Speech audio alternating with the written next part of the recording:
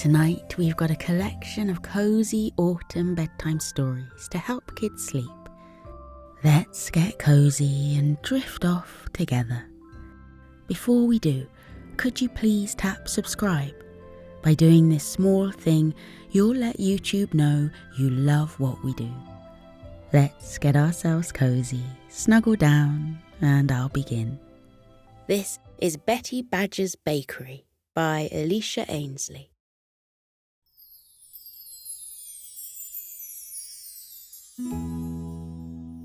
Betty Badger's alarm clock gently chimed and she stirred, rolling over in bed to turn it off.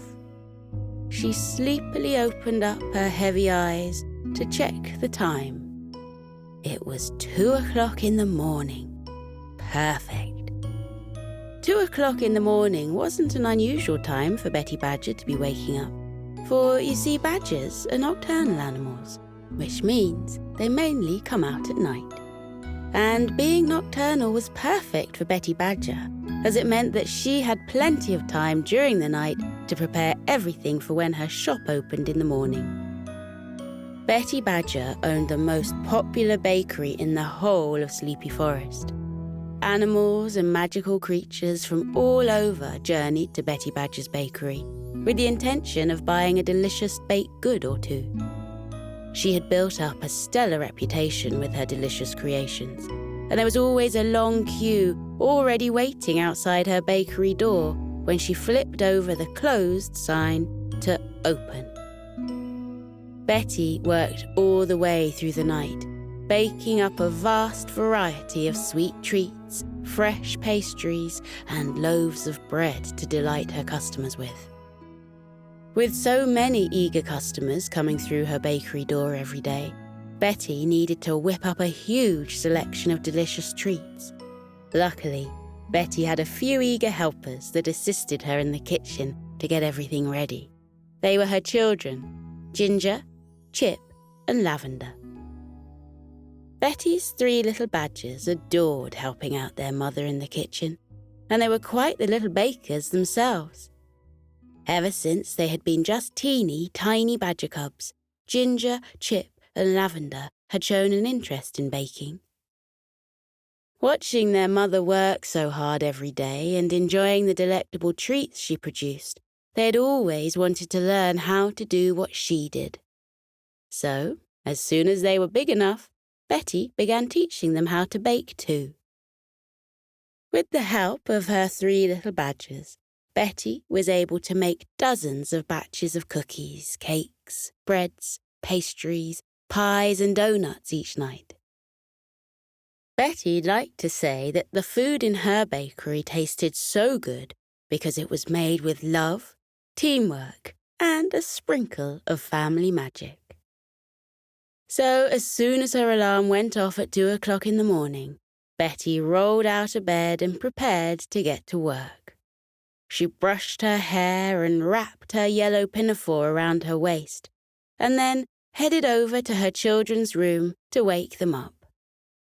Ginger, Chip, and Lavender all slept in the same bedroom in their own little beds side by side. Their bed covers all had pictures of cupcakes on, and they each had a woven dream catcher hanging above their beds. Betty wondered what wonderful dreams the dream catchers had managed to catch that night. Betty gently nudged each of her children in their peaceful beds and whispered, "Wakey, wakey, rise and shine, my little muffins." Ginger and Chip began to stir and stretched their fuzzy little arms above their heads, preparing for the day ahead. But Lavender buried her head beneath her pillow instead. She whimpered, "I'm tired. I don't want to get up." Betty stood back and giggled at her sleepy daughter. "Oh, that's a shame," said Betty with a smile. "I was going to let you ice the sponge cake today, but if you'd rather stay in bed, I'll just do it myself." All of a sudden, Lavender pulled the pillow back away from her head and she shot up out of bed. Lavender loved icing cakes. She adored squeezing the piping bag and designing her own swirls and patterns with the icing. Betty knew that this promise would be enough to get her daughter out of bed. The three little badgers all brushed their hair and put on their aprons. Ginger wore a sky blue apron, Chip wore a soft green, and Lavender wore a light purple one. Then they all headed to the kitchen that backed onto Betty's bakery. Betty's bakery kitchen was huge. It was the biggest room in their house to accommodate all of the work that went on in it. There was a wall of ovens and a large kitchen island to work at, cupboards upon cupboards full of baking trays and mixing bowls, and several drawers full of utensils like spatulas, whisks, and rolling pins. The walls were painted a soft yellow, Betty's favourite colour, and all of the cupboards were creamy white. A large blackboard was hung up on the main kitchen wall, and on it, scribbled in chalk, was today's bakery menu. The three little badgers stood beneath the chalkboard and read the menu.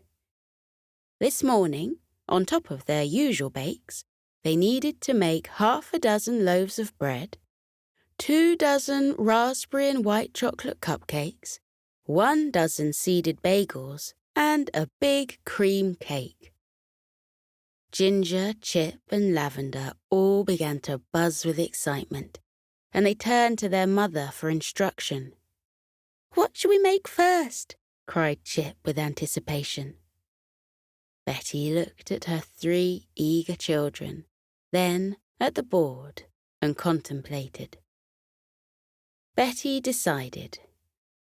"Ginger, how about you get started mixing the ingredients for the bread dough?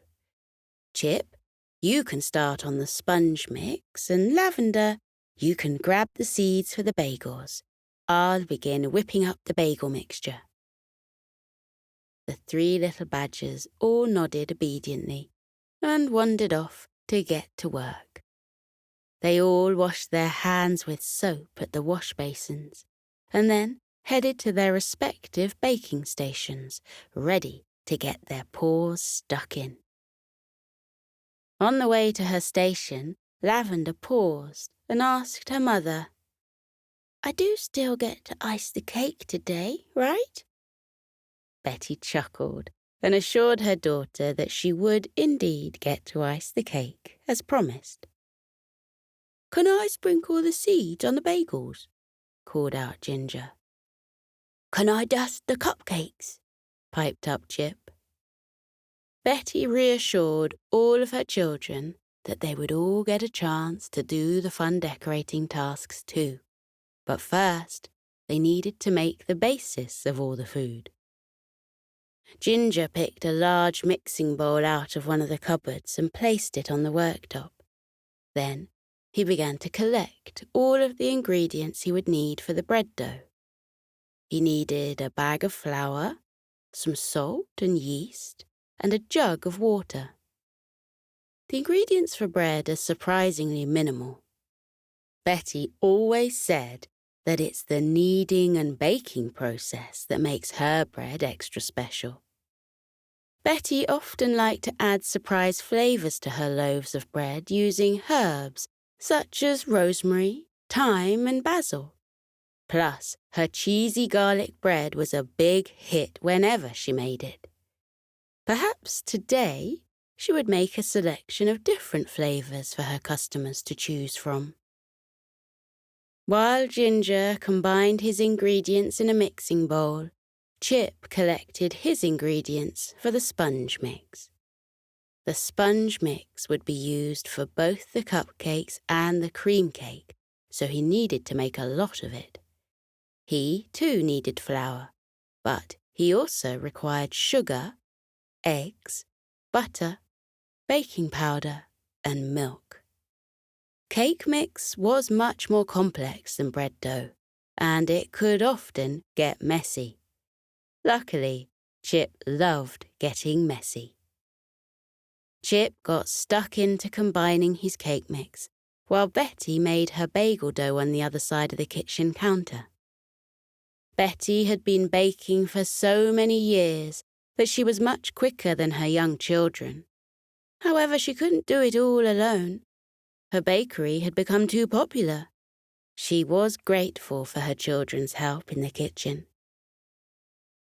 As she watched her two sons crack eggs, sprinkle salt, and weigh out the flour, she beamed with pride.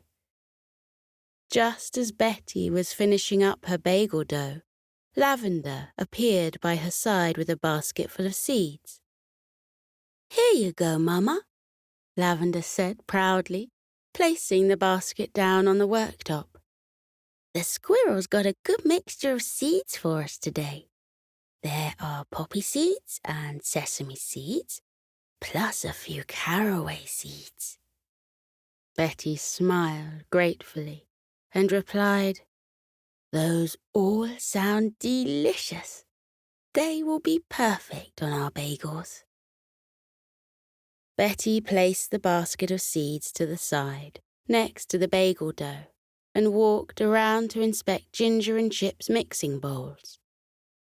Ginger's bread dough was perfectly gooey, and he was in the process of rolling it up into a big ball when Betty walked over. He sprinkled some flour on the kitchen surface and tipped the ball of dough out onto the worktop. It was time to knead the dough.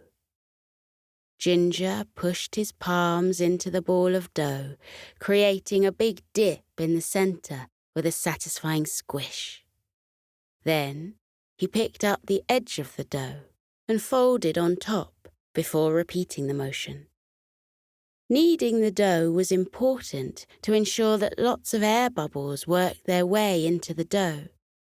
Without lots of air bubbles inside, the dough wouldn't inflate during baking, so it was an important process. Ginger loved kneading dough. It felt like Play-Doh in his hands, and he delighted in the motion of squishing and folding, squishing and folding, over and over again, until it was just right.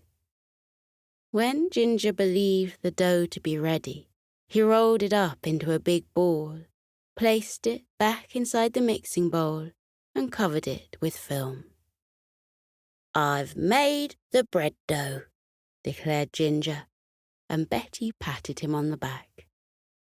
Now the dough would need to be left to rise for an hour or so before they could tear it up into smaller chunks to make loaves of bread.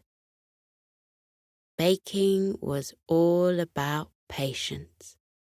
The bread dough and the bagel dough would need to be left alone to rise for a while before they could be baked and finished. So, in the meantime, the badgers could all focus on making the cakes. Chip's cake batter was ready to go, and so the other badgers set about preparing the next steps. Lavender took a couple of cupcake trays out of the cupboard and placed them on the worktop. Then she placed a wrapper in each cake tin. Ginger grabbed 2 large cake tins from another cupboard and lined them with baking paper, while Betty collected the white chocolate chips and raspberry pieces. Betty assisted Chip in pouring out some of the cake batter into the 2 lined cake tins that would be used to make the cream cake, ensuring none got spilt or wasted. Then, when those tins were full, she began to add the white chocolate chips and raspberry pieces to the remaining batter in the bowl. She gave it all a good mix-up with a wooden spoon, sloshing the mixture around the bowl with expertise, and then they all set to work dividing the remaining batter between the cupcake wrappers. Ginger, Chip, and Lavender each used a big tablespoon to scoop out the white chocolate and raspberry mixture from the bowl and dollop it into each cake wrapper until there was nothing left. When the mixing bowl was empty and the cake tins were all filled, Betty looked at her 3 little badgers, who all had mischievous grins on their faces. She paused, smiled, and laughed. "All right, then, you can now lick the spoons."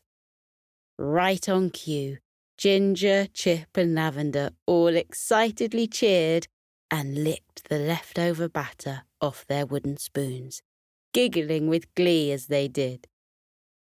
They loved making cakes together purely for this reason. The sweet, sticky batter was delicious, and they licked up every last bit off their spoons. Betty switched on the ovens and lined up the cake tins ready to go inside. Betty always handled the ovens whilst the kids cleaned down their baking stations to prepare for the next steps of their morning baking. Once the cakes were in the oven, they all washed up the bowls and spoons and wiped down the kitchen worktop together.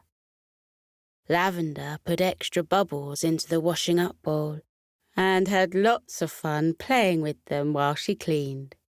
She scooped up a big handful of white bubbles and spread them across her chin. She turned around to her brothers and declared, "Hey, look! I've got a beard!" Ginger and Chip started to giggle deliriously and wanted to have a go too. Chip picked up some bubbles and placed them on his head. "Look, I have a hat," he announced, and they all laughed. Then Ginger gathered up some bubbles in his hands and blew them everywhere, announcing that he had created magic.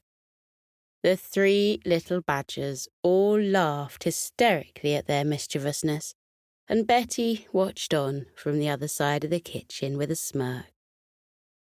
Meanwhile, Betty divided up the bagel dough into round pieces, poked a hole in each, and put them in a big pan to boil while she set to work on the loaves of bread. When the bagels were ready, she placed them on a baking tray and called out to her children, "If you want to sprinkle the seeds on top, then you'll need to dry your hands and clean up those bubbles on the floor." The 3 little badgers did as they were told and raced over to the bagels to finish them off together. Lavender brushed egg yolk over the tops of them, and Ginger and Chip sprinkled the seed mix from the basket over the top to finish the bagels. Betty placed them all on a baking tray, lit up another oven, and placed them inside. Lastly, Betty added a few finishing touches to the loaves of bread, sprinkling herbs and cheese over the tops of their doughy creations, and then placed them in a separate oven. Betty instructed each of her children to watch over the varying baked items through the oven doors to ensure none of them burnt. Ginger was in charge of the bread, Chip in charge of the cakes, and Lavender was in charge of the bagels. While her children carefully watched over the differing cakes and breads in the oven, Betty whipped up a bowl of icing and filled up a piping bag with frosting. She checked the clock on the wall. It read 5 o'clock. They had just enough time to allow the cakes to cool and decorate them ready for the shop opening. As soon as the cakes and loaves of bread had baked to perfection, Betty lifted out each tray with a pair of oven gloves and placed them on the cooling racks. Chip gazed at the sweet-smelling cupcakes adoringly and sniffed the air with longing. But Betty reminded him, "Don't you go taking one. They will all be very hot, fresh from the oven. We need to let them cool down." While their baked goods cooled, the whole family set to work dusting, sweeping, and wiping down Betty's bakery. The quaint little shop was only small, so it was easy to clean, and they had it finished in next to no time. Betty gazed around her precious shop with pride. She couldn't wait for her customers to see what they'd been baking all through the night. Returning to the kitchen, the air was filled with the mouth-watering scent of freshly baked bread. Instinctively, Betty, Ginger, Chip, and Lavender's bellies all rumbled with desire. But these loaves of bread weren't for them. They were for Betty's customers, and they still had a lot to accomplish before the bakery opened. Once the cakes had all cooled down, Ginger, Chip, and Lavender picked the cupcakes out of the trays by their wrappers and placed them on the worktop to be iced. At the same time, Betty carefully extracted the 2 round slabs of sponge cake from their tins and placed them down to be iced. Lavender rushed to her mother's side enthusiastically and whispered, "Remember, you said I get to ice the cake today." Betty passed a spatula to Lavender and replied, "Yes, I did. Let's get to work, then." Whilst Ginger and Chip worked together to ice the cupcakes, Betty and Lavender coated the top of one of the large sponges with buttercream and strawberry jam, and then they placed the other circle of sponge on top. Next, they set to work spreading white icing all over the top and sides of the 2-tiered cream cake. They delicately slathered the icing on with gentle motions of their spatulas and ensured that no spot of sponge was uncovered. To finish off their creamy creation, Betty helped Lavender decorate the top of the cake with perfect, pretty patterns using a piping bag. They held the bag together and twisted and squeezed it to splurge frosting shapes around the top edges of the cream cake. When it was finally finished, it looked like a work of art. Ginger and Chip were equally as proud of their cupcake creations. They added the finishing touch to their frosted cupcakes by tapping multicolored sprinkles onto them, and stood back to admire their handiwork, giving each other a high five. Betty observed all of the beautiful baked delights they'd made as a team this morning and clapped her hands together with delight. "Well done, my little badgers," she cried. "We did it, yet again. The customers are going to love what we have made for them today."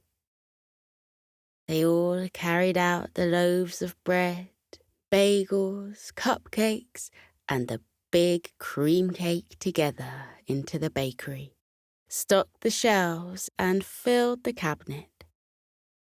Gazing at all of the various delicious baked items in the shop cabinet, Betty smiled and said, "I think we worked so hard tonight that we should enjoy a little of this for ourselves."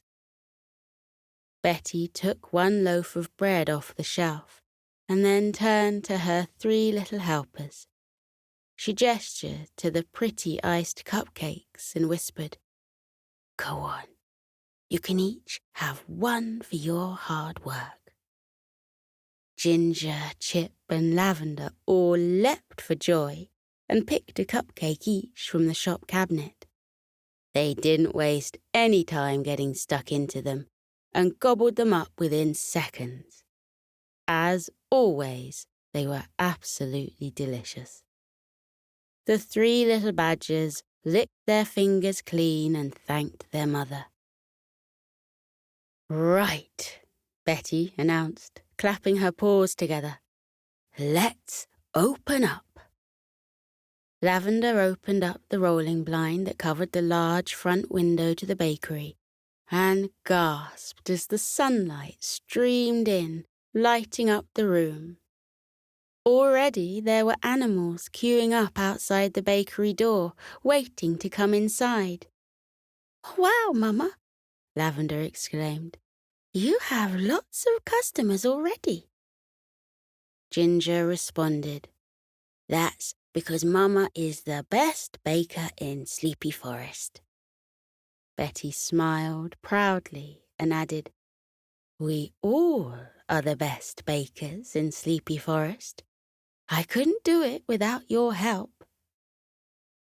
Betty gave her children a big hug and then walked over to the shop door. She unlatched the lock and turned the sign hanging on the door to open. She glanced over her shoulder back at her little badgers and whispered, "You all go have fun now. I will take it from here." With that, Ginger, Chip, and Lavender walked back into their house to enjoy the rest of the morning before having a much-needed rest. And Betty opened the door to her bakery and greeted her first customers of the day. "Welcome to Betty Badger's Bakery," she announced to her customers. The customers all stepped inside and browsed the scrumptious treats on display with a collection of audible gasps, oohs, and ahs. Betty stepped behind the counter, cleaned a smudge of icing sugar off her pinafore, and smiled as she asked her first customer, "So, what would you like today?" The Sleepy Little Foxes by Alicia Ainsley.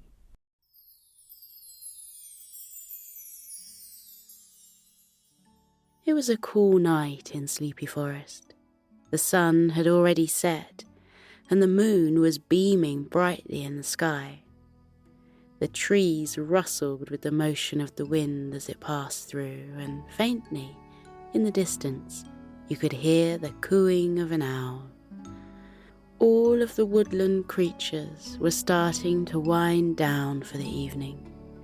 The rabbits were burrowing down into their warm beds in the tunnels, and the birds were nestling up tight into their luxurious nests. The bears were cuddled up in their cozy caves, and the bees had fallen silent as they slept in their hives. The parents told pleasant stories to their children to whisk them off to sweet dreams, or sang them darling lullabies to ease them into their slumber. Some of the parents rocked their young to sleep, while others simply slept next to their babies. Meanwhile, one mother despaired over her children's inability to drift off. A mother fox sighed with exasperation as she watched her two young cubs tumble around and frolic in the grass together. She had been trying to coax them into their warm den for over an hour, but the defiant little foxes refused to listen. "Go to sleep, little foxes," she implored her two sons. But the rambunctious pair wouldn't listen. "We have too much energy," one of them declared as he leapt on top of his brother and playfully wrestled him to the ground. Oh dear, Mother Fox tutted, shaking her head from side to side. She was tired of trying to force her mischievous sons to go to sleep. She had too much to do. At night, the adult foxes would venture outside of their dens in search of food for the next day. If she didn't go out tonight, then they would all be very hungry the next day, and she would have to wait for nightfall yet again to go out. It was becoming increasingly difficult for her to do her job without keeping watch over her sons. Foxes are animals of the night, you see. They are nocturnal creatures, so they are accustomed to roaming around the forest when the sun sets and night comes. Foxes don't have the best eyesight, so they communicate with each other by sound and scent. That is why they are so perfectly built for living in the dark and enjoying the night time. They can find their way in the dark using simply their ears and their noses. When her sons were young, Mother Fox had no problem with getting them to sleep at night while she went out foraging. When they were babies, they needed as much sleep as possible, and they only woke up to eat and drink before drifting back off to sleep. But now that they were getting bigger, they were requiring more energy and were wanting to stay up later and later each night. She was finding it more and more of a struggle to get them to go to sleep than ever. The two little fox brothers were called Arlo and Louie. Arlo and Louie both had bright red fur with white chins and chests and black paws upon their feet. They had black button noses on the ends of their pointed snouts, and they had big triangular ears on the top of their tiny heads. Their red fur was so soft and fluffy that other animals in the forest often referred to them as little fluffy red clouds. Although, now that they were getting older, their mother referred to them as little fluffy red storm clouds. They were becoming tougher to handle each day. Arlo and Louie continued to play with each other around the forest clearing, ignoring their mother. They jumped over logs and bounced off the sides of tree trunks. They ran through flower beds and pushed their way through bushes in their quest to chase one another.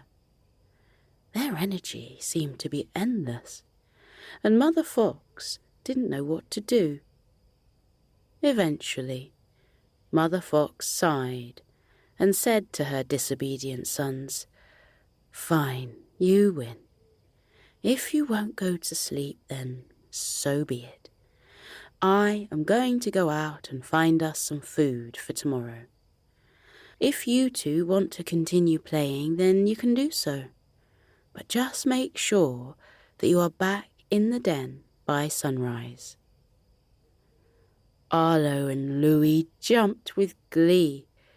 This was the first time that their mother was allowing them to stay up late to play, and they couldn't wait. They watched their mother trot off into the forest, leaving them behind to do as they pleased. "This is so exciting," expressed Arlo to his brother.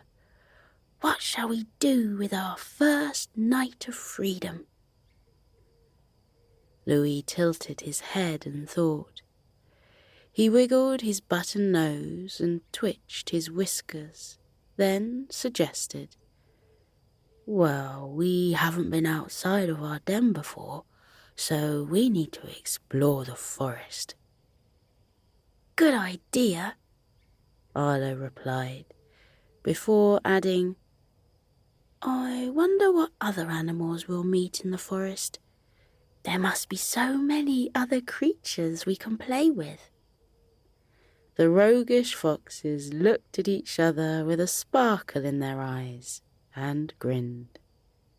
They ran away from the grassy clearing outside their den and sped through the trees out into the night. They were in high spirits and enthusiastically ran further away from home and out into the forest.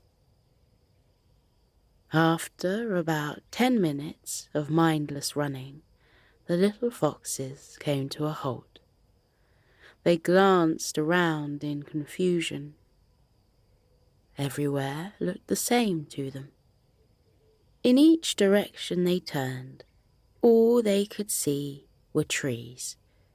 Trees for miles, and bushes. They lifted their heads up to the sky, and all they could see were the branches and the leaves and the twinkling stars in the night sky, accompanied by the half moon. I haven't seen anyone around, Arlo pouted disappointedly. Louis harumphed and sat his bottom down on the ground. Me neither. He sighed. Where is everybody? All of a sudden, they heard a shushing sound. Shh, came the voice.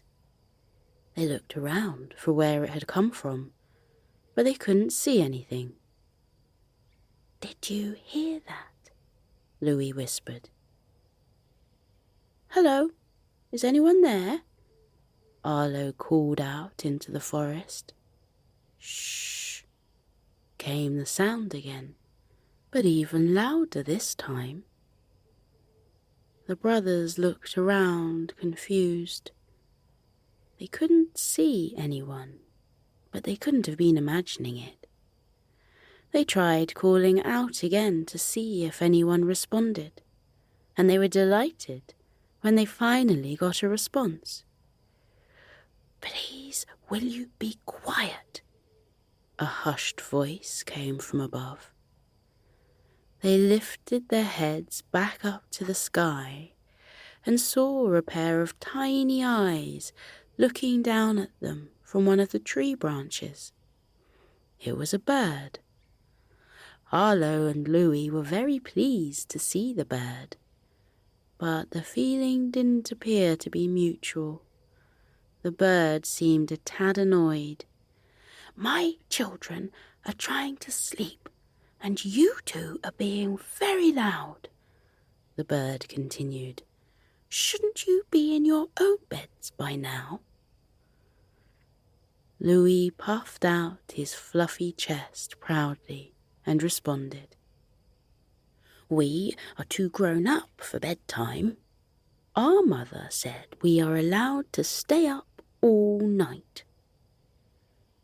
The bird furrowed its brow and shuffled its feathers. Well, that might be so for you nocturnal foxes, but for the rest of us, we sleep at night, the bird retorted. Please go to sleep, little foxes, and keep the noise down. On its final word, the bird hopped off along the tree branch and back towards its nest. Arlo and Louis shrugged their shoulders nonchalantly. They would just find somewhere else to go play if the bird didn't want them around. With a swish of their bushy tails, they raced off again through the trees. The deeper into the forest they got, the more interesting the wilderness became. There were larger, brighter flowers, dimmed in the darkness, and they came across a stream trickling through. They stopped to grab a drink of fresh water before wandering further up the bank. Hey Arlo, watch this, Louis giggled. As Arlo turned around to face Louis, he felt a splash of water land across his face. His fur was soaking wet, and when he opened his bewildered eyes again, he saw that his impish brother was stood in the shallow part of the stream. He had splashed him. Arlo sprang forward and used his paw to splash water in his brother's direction. The wave of water washed over Louis, and they both laughed elatedly. The playful duo splashed each other to and fro, soaking their fluffy hair through. This was an enthralling new activity that they hadn't discovered before. Playing in the stream was even more fun than playing in the grass. Just as they were both covered from head to toe in water, they heard a bark. They glanced over to the other side of the stream and saw a funny-looking creature that they hadn't seen before. A rotund rodent with short, spiky brown hair stood on the other side of the stream with its hands on its hips. It had 2 long buck teeth peeping out from its mouth and had a large flat tail behind it that tapped and padded impatiently against the muddy bank. "Excuse me," the odd creature hissed across the water. "What do you think you are doing? You are making an awful racket, and it's disturbing my children." Arlo and Louis looked sheepish and apologized. They didn't realize that anyone else was around. They were too caught up in their entertaining game to notice. "What are you?" Arlo queried innocently, not realizing how blunt his question was. The beaver folded its arms and fumed. "I, young fox, am a beaver. Hasn't your mother ever introduced you to one before?" Arlo shook his head bewilderedly and explained, No, she hasn't. This is our first night away from our den." The beaver raised its eyebrows and calmed down upon hearing this. "In that case, I can understand why you might be confused," the beaver tutted. "But let me teach you something, little foxes." The beaver informed Arlo and Louis that whilst they were animals of the night, most other creatures are not. When the sun sets, most animals go to sleep so that they can rest and wake up rejuvenated and ready for the next day when the sun rose. If they didn't get their much-needed sleep, then they would become cranky and impatient all day, beavers included. "So," the beaver concluded, "I suggest you go to sleep, little foxes, or move on and find somewhere else to play your childish games." Then the beaver span around and gave its tail one last hard thump against the ground before returning to its lodge and its family.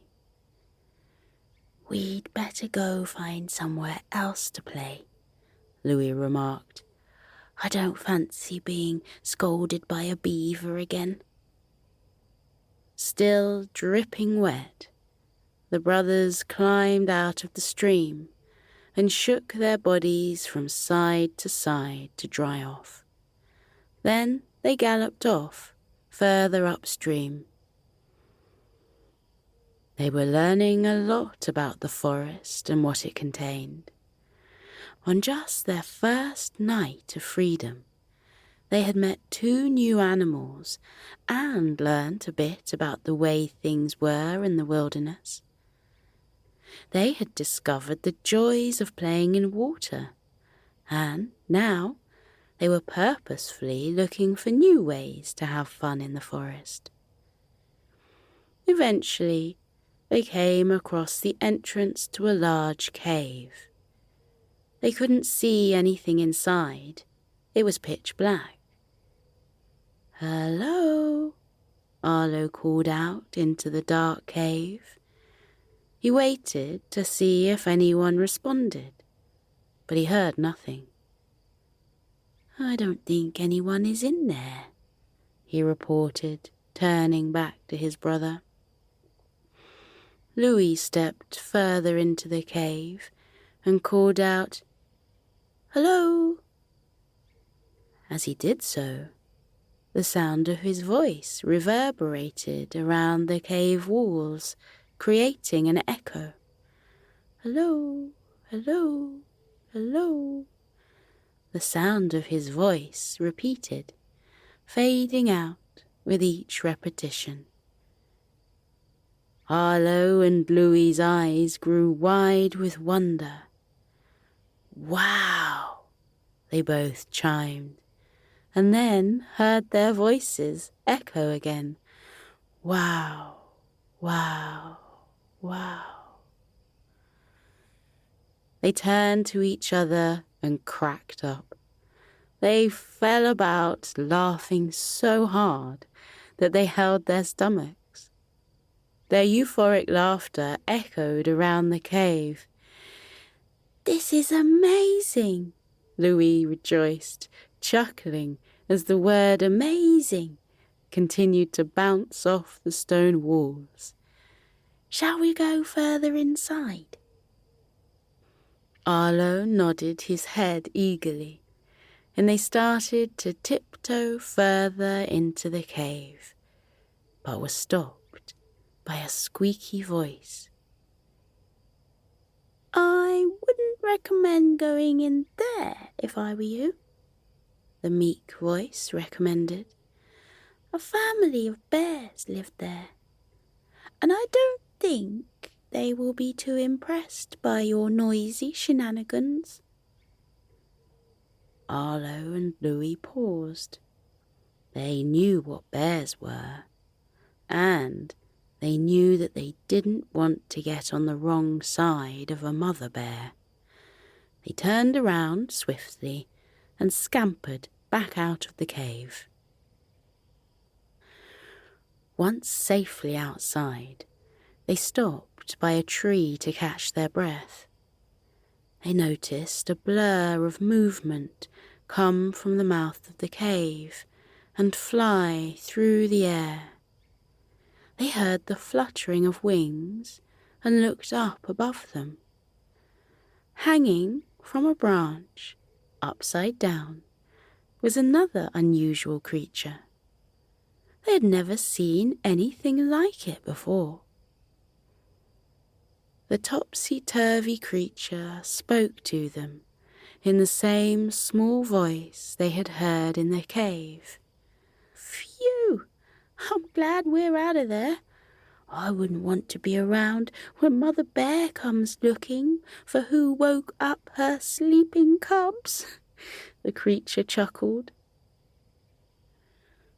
Arlo and Louis looked back at the cave and instinctively ran further away, as far as they could, until they could no longer see it. The capsized creature followed them and perched on another branch overhead. "Nobody else understands what it's like to be nocturnal," the small black creature sighed. "What are you?" Arlo asked curiously. "Why, I'm a bat, of course," it replied proudly, expanding its wings to the sides while still hanging head over heels from the tree. Arlo explained that they had never seen a bat before, or even heard of one. The bat was very kind and didn't judge them for their lack of knowledge. Instead, the bat was delighted to be able to teach them a thing or two. The bat added, "It's hard finding anyone to play with when you're nocturnal. Everyone else wants to sleep at night, and we have to be as quiet as possible so as not to wake them up. But all I really want to do is fly and play to my heart's content." Arlo and Louis smiled and offered kindly, "Why don't you play with us?" The bat looked ecstatic and let go of the tree branch to hover in the air. "I would love to do that," the bat replied. The three fun-loving animals spent the next hour playing around the forest. They tried to be as quiet as possible, to not disturb anyone else, and they chased one another round and round in circles. The bat flew through the air, soaring high and diving low, whilst the two little foxes dove under and bolted over objects on the ground. They had a rollicking good time all together. After a while, Arlo and Louie found themselves starting to get slower and slower. They had less energy and were finding it harder to keep up with the bat that flew so easily through the air. Their little legs were starting to ache, and their eyes were beginning to droop. Louis let out a little yawn, and Arlo followed suit. The bat flew lower to the ground and back to them. "Why aren't you keeping up?" the bat inquired inquisitively. Louis yawned yet again. "I'm tired," he answered. "Me too," piped up Arlo. The bat looked over the two young foxes and smiled. They looked absolutely worn out from all the fun they had been having. "Go to sleep, little foxes," the bat comforted them in a hushed voice. "I'll lead your way home." Arlo and Louis sleepily followed the bat through the trees and back to their den. They walked sluggishly slow and fought to stay awake to make it back to their mother. Upon sight of their den, Arlo and Louis picked up speed and trotted over to the entrance to their den, where their mother was waiting patiently. "Did you have a good night?" she questioned. But Arlo and Louis could hardly get a word out. They were so tired. Without saying a thing, they climbed down into the den and curled up in their warm bed. Mother Fox watched them and giggled fondly. They certainly looked like they had enjoyed their night, and she had a feeling that she wouldn't have to force them to go to sleep now. She was sure that within seconds they would be gently snoozing and snoring away in their comfy bed. Mother Fox turned back to the bat and thanked it for guiding her sons home and keeping watch over them. "It was my pleasure," the bat assured her. "They will sleep well now." Mother Fox laughed. "Oh, of that I'm very sure," she agreed. The bat flew off back out into the night sky, and Mother Fox crawled into the den. As she expected, Arlo and Louis were snuggled up close to each other, fast asleep. She watched their bellies rise and fall with their breath, and heard their sweet sighs of contentment. Nuzzling up close, She wrapped herself around her beloved sons protectively and closed her eyes. There were some battles she was willing to fight with her children, but not tonight. Tonight, they had learned their lesson all on their own and had a lovely experience along the way. As Mother Fox began to drift off to her own relaxing land of sleep, she looked forward to the night when she could go exploring with her little foxes in the future too. Sleep Tight, My Little Pony by Alicia Ainsley.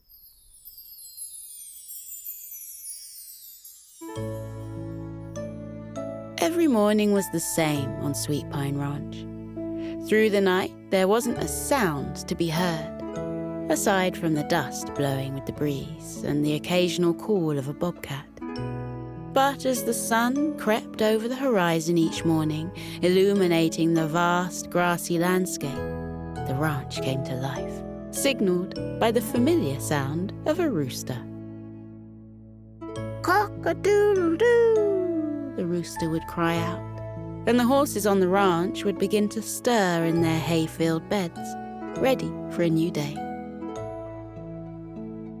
Sweet Tea was the youngest horse living on Sweet Pine Ranch, and as she heard the cockerel's call, she started to stretch her body and flutter her sleepy eyes open. Sometimes she wished that the cockerel would let them all sleep in a little longer. Her days as the youngest horse on the ranch used to be as leisurely as she wished. She would rise whenever she felt like it and take naps whenever she could. She would lazily graze in the fields and watch the older horses carry out their duties on the ranch, never contributing much with her own skills. But that's because she hadn't developed them yet. Now that Sweet Tea was tall enough, it was time for her to learn the ropes too and start pulling her weight on the ranch. Besides, soon there would be another horse born on the ranch, signalling the end of Sweet Tea's time as the youngest and ushering her into the next stage of her life. It was very exciting, and Sweet Tea couldn't wait to learn how to do all the things that the other horses could do. As Sweet Tea was rising from her bed, she heard a soft voice call out into her box stall, "Wakey, wakey, sleepyhead." Sweet Tea recognized the familiar voice. She looked up and saw her young owner, Georgia, peering over the stall door. Georgia smiled at her with a big, toothy grin and began to unlock the stall. "We're going to have lots of fun today," Georgia announced as she swung open the door. "Mum and Dad have given us something exciting to do." Sweet Tea noticed that Georgia had lost another tooth, and she could now poke her tongue out of the gap at the front of her mouth. Sweet Tea always thought it was so bizarre that humans lose their teeth and grow new, bigger ones. Why aren't their teeth already big enough? Sweet Tea often thought. Georgia's family ran the ranch that Sweet Tea and the other horses lived on, and they all kept busy together.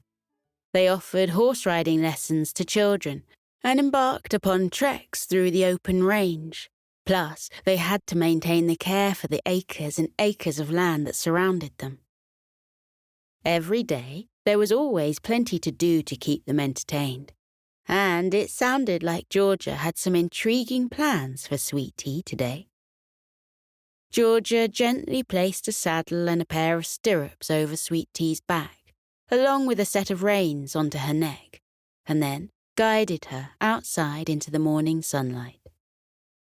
Sweet Tea and Georgia both lifted their faces to the warm sun, took a big breath, and sighed happily. It was a beautiful day, as always. Sweet Tea passed all of her fellow horse friends as they paraded out across the ranch to start their day. She saw her friend Honeydrop heading out towards the grazing lands, Honeydrop was a tall, golden-coloured horse, hence his name. He was arguably the most beautiful horse on the ranch, with such unique hair and his majestic stance. He was taller than all the other horses, and so he was often called upon to lead the other horses on treks out into the wilderness. Then Sweet Tea passed Buttercup and wished her a good morning. Buttercup was a silvery grey-coloured horse with white hair. She looked like she came from a magical world. Sometimes Sweet Tea overheard children proclaiming that Buttercup was a unicorn, just missing her horn. Buttercup could often be found herding the cattle on the pastures. She was gentle and caring, but also firm and confident, making her perfect for bossing the cattle around from pasture to pasture. As Georgia led Sweet Tea around the back of the ranch, they passed a horse called Cookie being guided by Georgia's mother over to the horse-riding arena. Cookie had been named so due to his brown and white spotted body.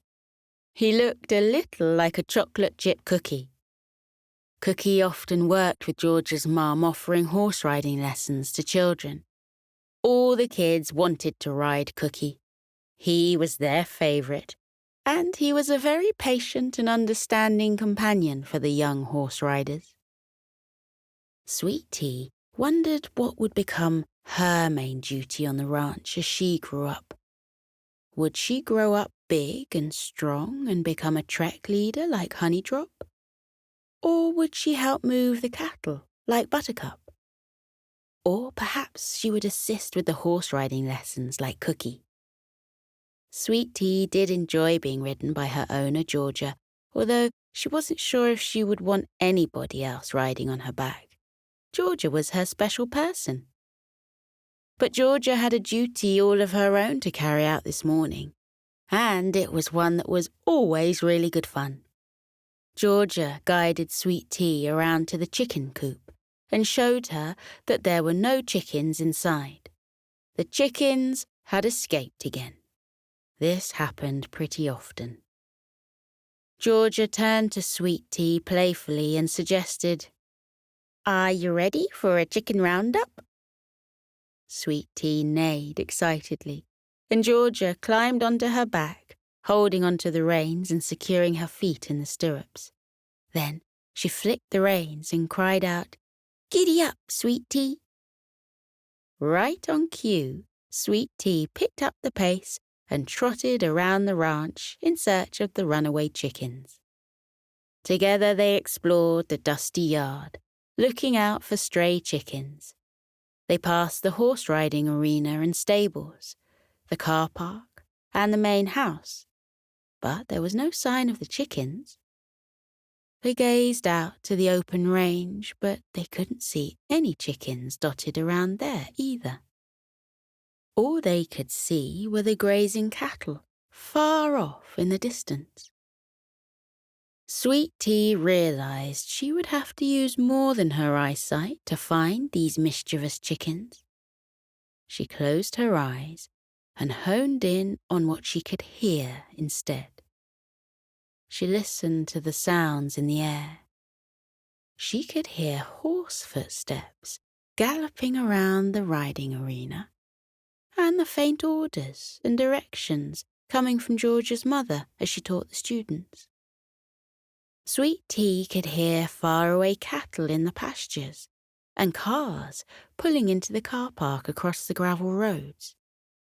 Then her ears pricked at the gentle sound of clucking. Sweet Tea opened her eyes and glanced in the direction of the sound. It was coming from around the back of Georgia's house. Sweet Tea clopped over to the front gate and moved through the front garden, around to the back. As soon as they rounded the corner, the air filled with the repetitive sounds of clucking, and Georgia giggled. All of the chickens had congregated on the lawn at the back of Georgia's house. They were blissfully bobbing around, picking fruit off the bushes and laying down in the grass. Sweet Tea even spotted a laid egg or two. Georgia patted Sweet Tea's side and said, "Good job, Sweet Tea. Now it's time to round these critters up." Sweet Tea bucked with delight and raced across the lawn at top speed. Her sudden movement startled the chickens, and they began to flap their wings and run around in circles. With Georgia's guidance, Sweet Tea rounded up the chickens and guided them out of the back garden, around to the front, and back out the gate. The chickens clucked and gobbled as Sweet Tea and Georgia ushered them back across the ranch and into their chicken coop. When the last chicken was back safely in the coop, Georgia jumped down off Sweet Tea's back and shut the coop gate behind the feathered escape artists. Georgia dusted off her hands, pleased with herself, and stroked Sweet Tea's face. She declared, "Good job, Sweet Tea.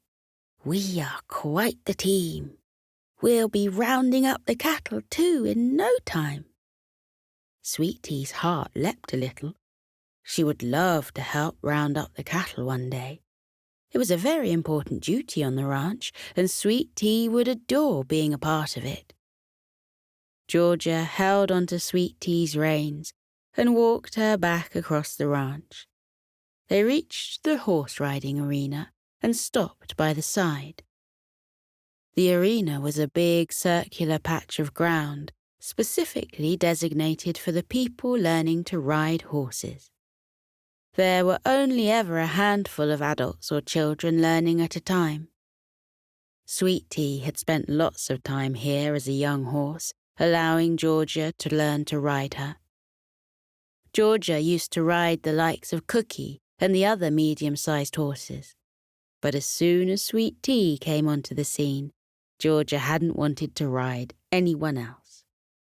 Sweet Tea was Georgia's horse, and they would grow up together on the ranch, working, learning, and playing by each other's side. The pair watched the children riding around the arena with admiration. Cookie, the most popular horse, was carrying a little boy on his back. The little boy looked a bit nervous and held tightly onto the reins, pulling them all the way up to his chin. Georgia's mother walked over and taught him to relax his arms down by his belly and loosen his grip. Cookie waited patiently as the little boy relaxed into the lesson and walked with a slow, gentle trot to help him feel safe and secure. Sweet Tea could see why the children always wanted to ride Cookie. He was so good at his job. Georgia smiled and stuck her tongue through the gap in her teeth. She gazed out at the open range. The landscape was a mixture of lush green grass and dusty sandy paths. In the distance, a mountain towered up into the blue sky, and a turquoise lake snaked its way past the base. Walking out onto the open range was always a picturesque, relaxing experience. Sweet Tea followed George's gaze, and they both had the same idea at the same time. It was the perfect day for a trek. Georgia and Sweet Tea wandered over to the stables, where they met Georgia's father. He was busy assigning visitors with a horse to ride. Georgia's father often led treks across the open range with guests. It was one of their most popular offerings at the ranch. Whenever they could, Georgia and Sweet Tea would join in too. Georgia approached her father and asked, "Daddy, please can Sweet Tea and I come for this morning's trek?" Georgia's father immediately gave them permission, and Georgia readied herself on Sweet Tea's back for the trek. Even though Georgia and Sweet Tea were much younger than the others on the trek, they were still some of the most accomplished riders. Georgia and Sweet Tea were so in sync that their rides were always easy breezy. Georgia's father led all the horses and their riders out of the ranch and onto the open range. Georgia's dad rode Honeydrop up at the top of the line and tottered higher than everybody else. Following them were Sunshine, Angel, and Raffy and their riders, and Sweet Tea and Georgia walked at the back. Sunshine, Angel, and Raffy were all big horses who were used to walking long distances with riders on their backs. They did it almost every day, and as a result, they had big muscly legs and strong backs. They trotted with pride as they wandered across the range for hours each day. As smaller Sweet Tea followed behind them, she admired the breathtaking view. It was so peaceful out here. Sweet Tea wondered how pleasant it must be to walk out here every day. Maybe when she was a bit older, she could become one of the big horses that journeyed out for treks each day. That would be a great duty on the ranch. They all trekked across the flat land and climbed their way over the rocky hills. They made their way over to the river, where they stopped for a quick break. Sweet Tea and the other horses refreshed themselves with water from the cool, crystal-clear river. It could get pretty warm in Texas, so it was important to stay hydrated. Once their break was over, Georgia hopped back up onto Sweet Tea's back, and they all made their way around the base of the mountain and started the journey back towards the ranch. The ranch looked like a small dot in the distance from the bottom of the mountain, and the range looked like it stretched out forever. Sweet Tea's legs were beginning to get tired. She didn't often travel out this far, and her little legs were still building up their stamina. She wasn't as strong as the likes of Sunshine, Angel, Raffy, and Honeydrop, but they all encouraged her to keep going. Sunshine fell back to walk alongside Sweet Tea and reassured her. "Don't worry, little Sweet Tea. You're still growing. One day you'll be able to walk across the open range with ease. Maybe you'll even be able to do it twice a day."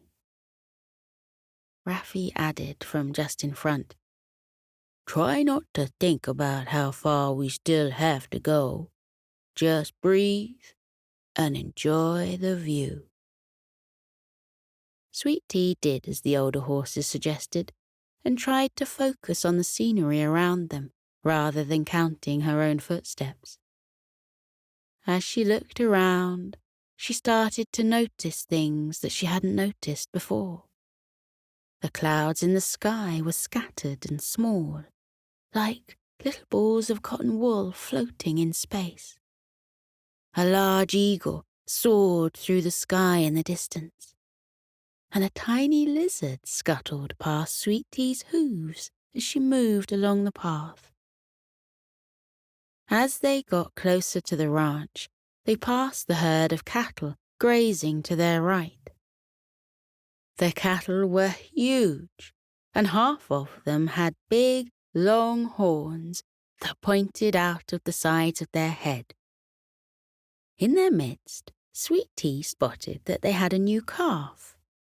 The little brown calf stuck close by to its mother and honked for attention with a little voice.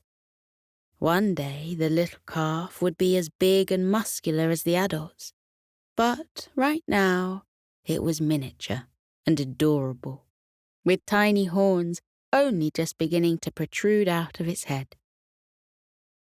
As they passed by the herd, they saw Buttercup riding around with Randy the ranch hand on her back. Together they were herding the cattle across the pasture. Honeydrop, the tallest horse, called out to Buttercup. "How's it going, Buttercup?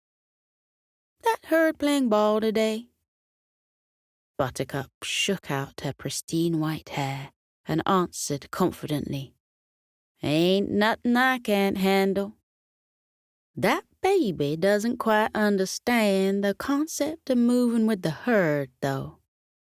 It don't seem to want to move in the right direction. Sweet Tea observed the confused little calf and had an idea. Sweet Tea called out to Buttercup, "Do you need a hand? I could try and help herd the little one if you like. Maybe having someone else little around will help them feel more comfortable." Buttercup smiled and said that Sweet Tea was welcome to try. It was always helpful to have an extra pair of hands. So, Sweet Tea carried Georgia over to the herd of cattle and attempted to help Buttercup round them up. While Buttercup focused on the adult cattle, Sweet Tea moved up close to the little calf. She walked alongside the calf and introduced herself. "Hey there," Sweet Tea greeted them. "My name is Sweet Tea. What's your name?" The curious calf replied, "My name is Boof. Do you know what's going on?" Sweet Tea smiled kindly and explained to the little calf that Buttercup, the horse, was rounding up the herd to move them all to a new area to graze. "All you have to do is follow the herd in the direction that Buttercup is leading you in," Sweet Tea explained. Boof the calf looked around and noticed that the herd were moving away, and quickly picked up the pace to follow suit. "That's right," Sweet Tea cried, encouraging Boof to follow. "Just follow the herd." Boof listened to Sweet Tea's advice and moved with the other cattle across the pasture. Sweet Tea and Georgia hung back to make sure that Boof caught up all right. The little calf happily plodded behind, catching up with its mother, and then turned back to call out over its shoulder, "Thanks for the advice, Sweet Tea." Sweet Tea looked to Buttercup, and the grey horse nodded her head in thanks too. Sweet Tea had made her job a lot easier, and now the young calf knew what to do. All they needed was someone to explain what was going on. It was a simple fix, really, and Sweet Tea was glad to have helped. Georgia watched the herd of cattle move away, and she guided Sweet Tea back towards the other horses on their trek. She smiled proudly at her favourite horse and said, out of the blue, "Do you want to know something, Sweet Tea? One day, I'm going to round up cattle and you're going to help me. We'll be an awesome team." Sweet Tea trotted along cheerfully. It seemed there was no end to the possibilities of what she and Georgia could do together in the future. They rejoined the other horses and continued the journey across the open range, back to Sweet Pine Ranch. Sweet Tea, Georgia, and the other horses and riders arrived back at the ranch, and everyone instantly relaxed. The riders climbed off the horses' backs, and Georgia assisted her father in guiding all the horses back indoors. They all deserved a good rest after a long trek. Sweet Tea waited in the corridor of the stables while Sunshine, Angel, Raffy, and Honeydrop were taken to bed. Her legs were so exhausted from the trek, and she was struggling to keep her eyes open. She couldn't wait to rest in her bed of straw in a few minutes' time. Georgia came back and bounded towards Sweet Tea, and the young horse sighed with relief that it was her turn to retreat to bed. But, to her surprise, Georgia had one last suggestion before she rested. Georgia whispered excitedly, "Sweet Tea, would you like to meet the new foal?" Sweet Tea's eyes popped open wide. She had known that a new horse was due to be born on the ranch soon, but she didn't think it would be today. Sweet Tea nodded her head with enthusiasm, and Georgia led the way into another part of the stables that Sweet Tea hadn't been in a long time. In fact, she hadn't been here since she was a young foal herself. It must be where all the horses are born. Georgia stopped outside a large stall box and opened the door wide. Sweet Tea and Georgia peered inside, and both of their hearts melted instantly. Inside the stall box, sleeping peacefully on a bed of straw, was a tiny newborn foal. The little brown foal was sweetly snoring as it curled up close to its mother's side. George's mother was sitting next to them, stroking the horse's face affectionately. Georgia whispered to her mother, "What have you called the foal?" Georgia's mother whispered back that the new foal didn't have a name yet, causing Georgia to jump up and down eagerly, begging to name the new baby horse. Georgia's mother laughed softly and replied, "All right then, what would you like to call it?" Georgia paused and thought hard. It had to be a good name. It had been Georgia that had named Sweet Tea just over a year ago, too.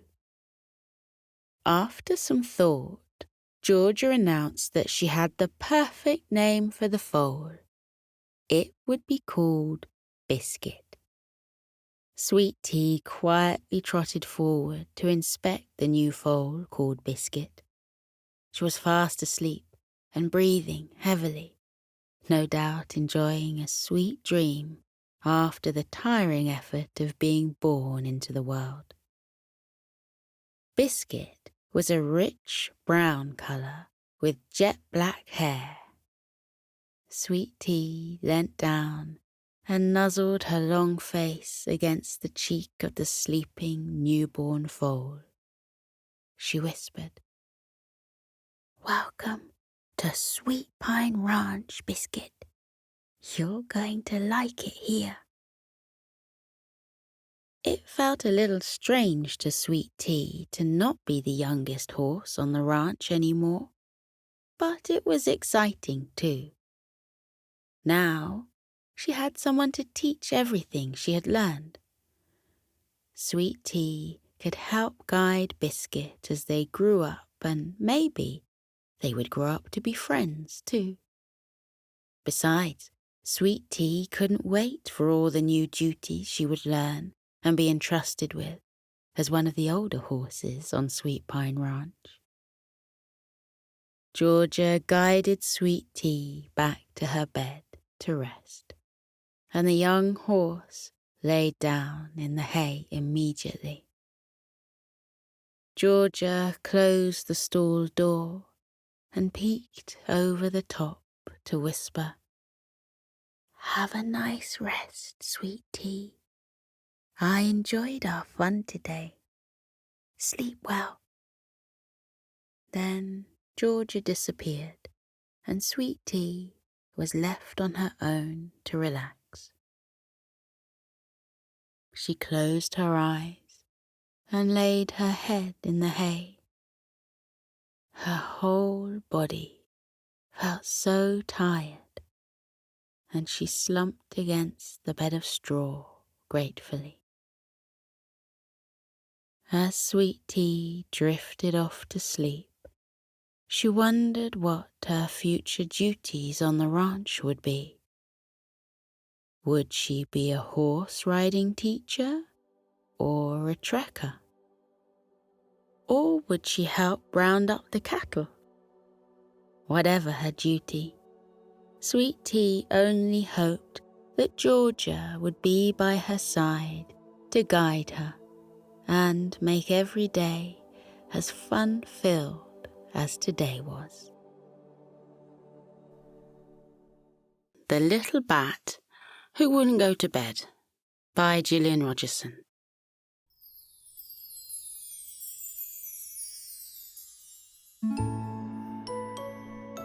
The eastern sky grew brighter as the sun woke up and got ready to shine its light across the forest.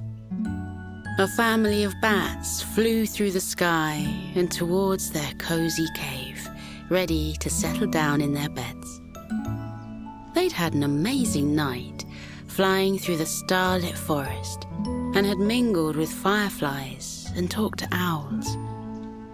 Mama Bat looked back at her children who were flying behind her and said, "Hurry up now, please. The sun will be rising over the horizon soon, and we need to be in our beds."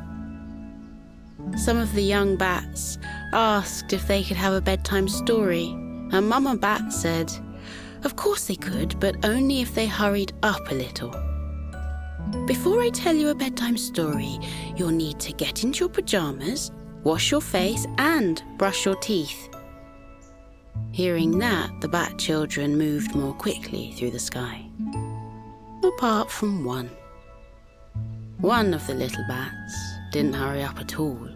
In fact, he actually flew slower. He gazed down at the forest below him with an interested look on his face.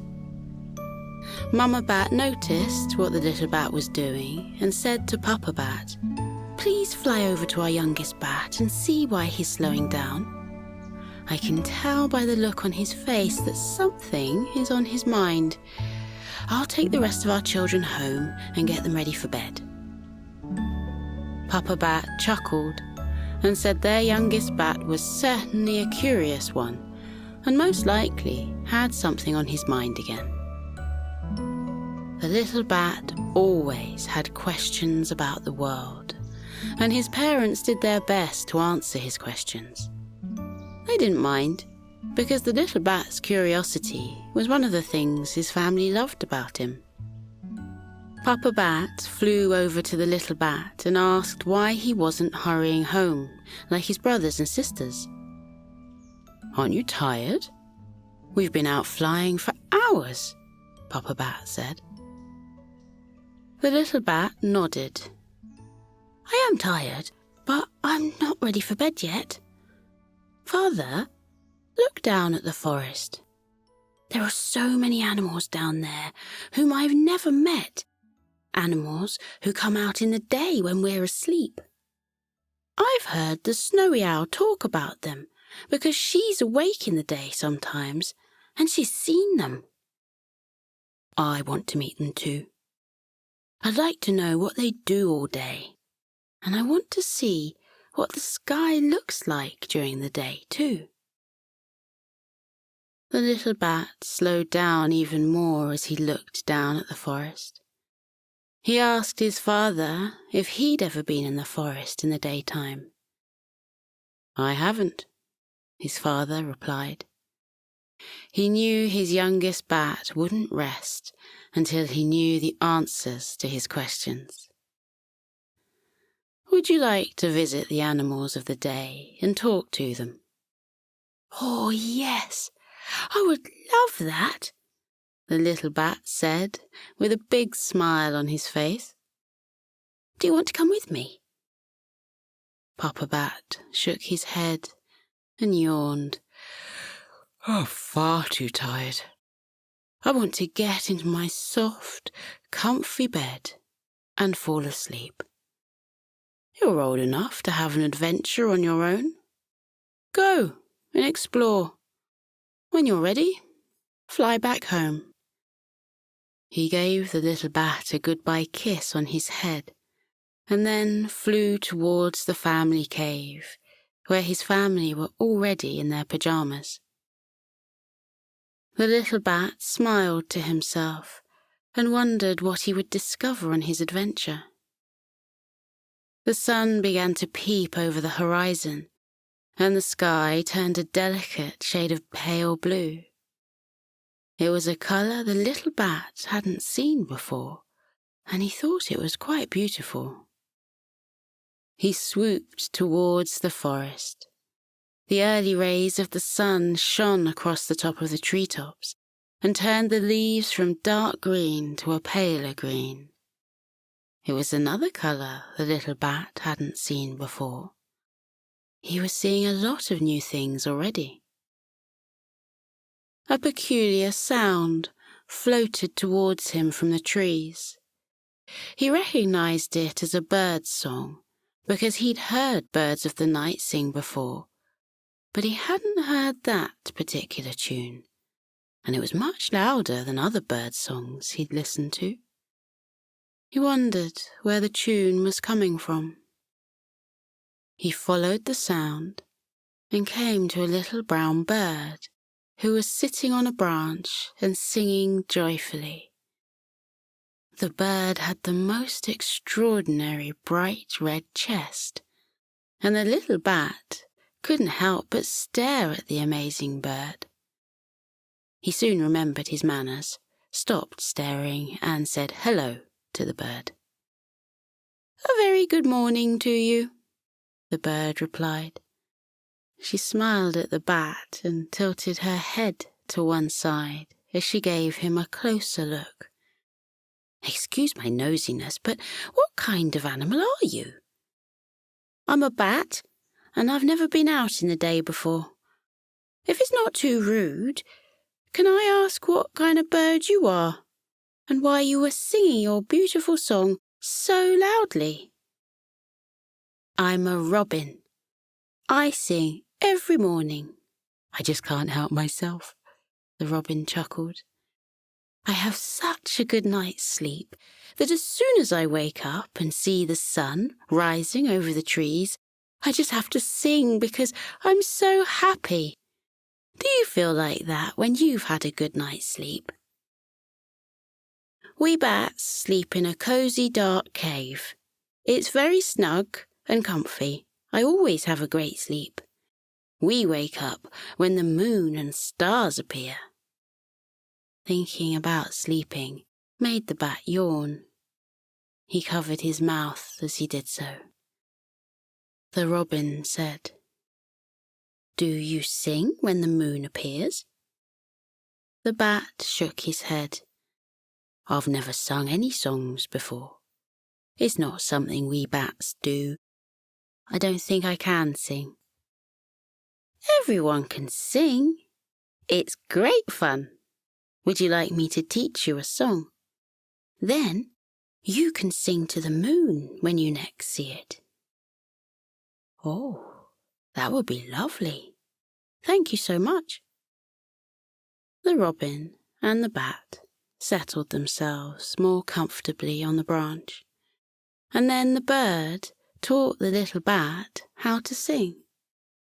He soon learned how to do it, and the robin was right. It was great fun. They sang some songs together, and then the robin said she had to fly as she had things to do. The little bat thanked her for teaching him how to sing and said goodbye to the robin. She flew away through the trees. The little bat hummed happily to himself. He couldn't wait to see the moon and sing to it. Perhaps he could teach his family to sing too. Thinking about the moon made him yawn again. Thoughts of his lovely, cosy bed floated into his mind and made him blink tiredly. Perhaps he should go home and get into his bed soon. He looked around at the forest. There was still a lot of exploring to do, so he decided he wouldn't go home until he'd met more animals. At that moment, a brown rabbit hopped happily through the undergrowth at the bottom of the tree. The little bat knew it was a rabbit because the snowy owl had told him what they looked like. He'd never seen a real rabbit before, so he flew off the branch and followed the rabbit as she hopped through the forest. The little bat called out a hello and said, "Could we have a little chat, please? I have some questions I'd like to ask you, if that's okay." The rabbit stopped running, waved her paw in hello, and said, "Of course. Why don't you come down here, and we'll sit under the shade of this tree while we talk?" The little bat was glad to sit in the cool shade. He wasn't used to the sun's gentle heat, and although it felt lovely to feel so warm, he preferred the coolness of the night air. The rabbit and the little bat settled down in the grass. The rabbit asked the bat what he would like to know. "Why were you running so fast? And what was that funny thing you did when you leapt into the air and then landed on the ground again?" The rabbit smiled. You mean hopping?" She stood up and performed a few hops for the bat. The bat nodded. "Hopping? Is that what it's called? I've never seen anyone hop before." "Oh, I love hopping," the rabbit said. "It's one of my favourite things to do. And as soon as I wake up, I have to hop. You should try it. It's great fun." The little bat looked at his feet. "I don't think bats are supposed to hop, but I'll give it a go. Can you show me what to do, please?" "I certainly can. Watch me." The brown rabbit hopped up and down on the spot, and then she ran around the tree, hopping joyfully. She came back to the bat and told him to have a go. The little bat put his feet on the warm grass. He'd never touched the forest ground before, because he was always flying above the trees and never needed to stop.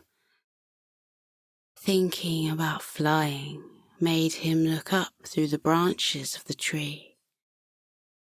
He saw patches of blue sky and soft, fluffy clouds drifting along. He liked flying very much and loved how the night breeze always felt so cool beneath his wings. When his family went out flying, they had a wonderful time soaring through the starlit sky before returning to their cave and going to sleep. The little bat yawned as he imagined his family asleep in their cozy beds. Even though he was tired, he wanted to see what hopping felt like. He watched the rabbit closely as she showed the bat what to do again. Then the bat copied the rabbit's bouncing movements. It felt very peculiar to begin with, but the bat soon got used to it and hopped happily around the tree. He agreed with the rabbit that hopping was great fun. The rabbit said, "Would you like to run through the forest with me? It's another one of my favourite things to do. I won't go too fast, and you can let me know if you get tired. Some of my friends are playing out today, and you can meet them." That sounded like a wonderful idea to the bat, so he hopped 3 times on the spot just for the fun of it, and then followed the rabbit through the forest. The ground still felt unusual beneath his little bat feet. Sometimes it was muddy, and other times it was dry. Fallen leaves and twigs lay on parts of the ground, and it felt strange to be running over them. He did like the noise of twigs breaking under his feet, though. It was a satisfying sound. The rabbit and the little bat met some other animals along the way. The bat said hello to a squirrel, a badger, and 3 field mice. They told him what they did during the day, and he told them what he did at night time. When the animals heard about his adventures, they said it sounded marvelous to be able to fly through the night sky. The little bat nodded and said it was marvelous. Thinking about night time made him yawn and yawn again. He just couldn't stop himself. He blinked his eyes tiredly. He knew he should be heading back home soon, but there were still things he wanted to see and animals he wanted to meet.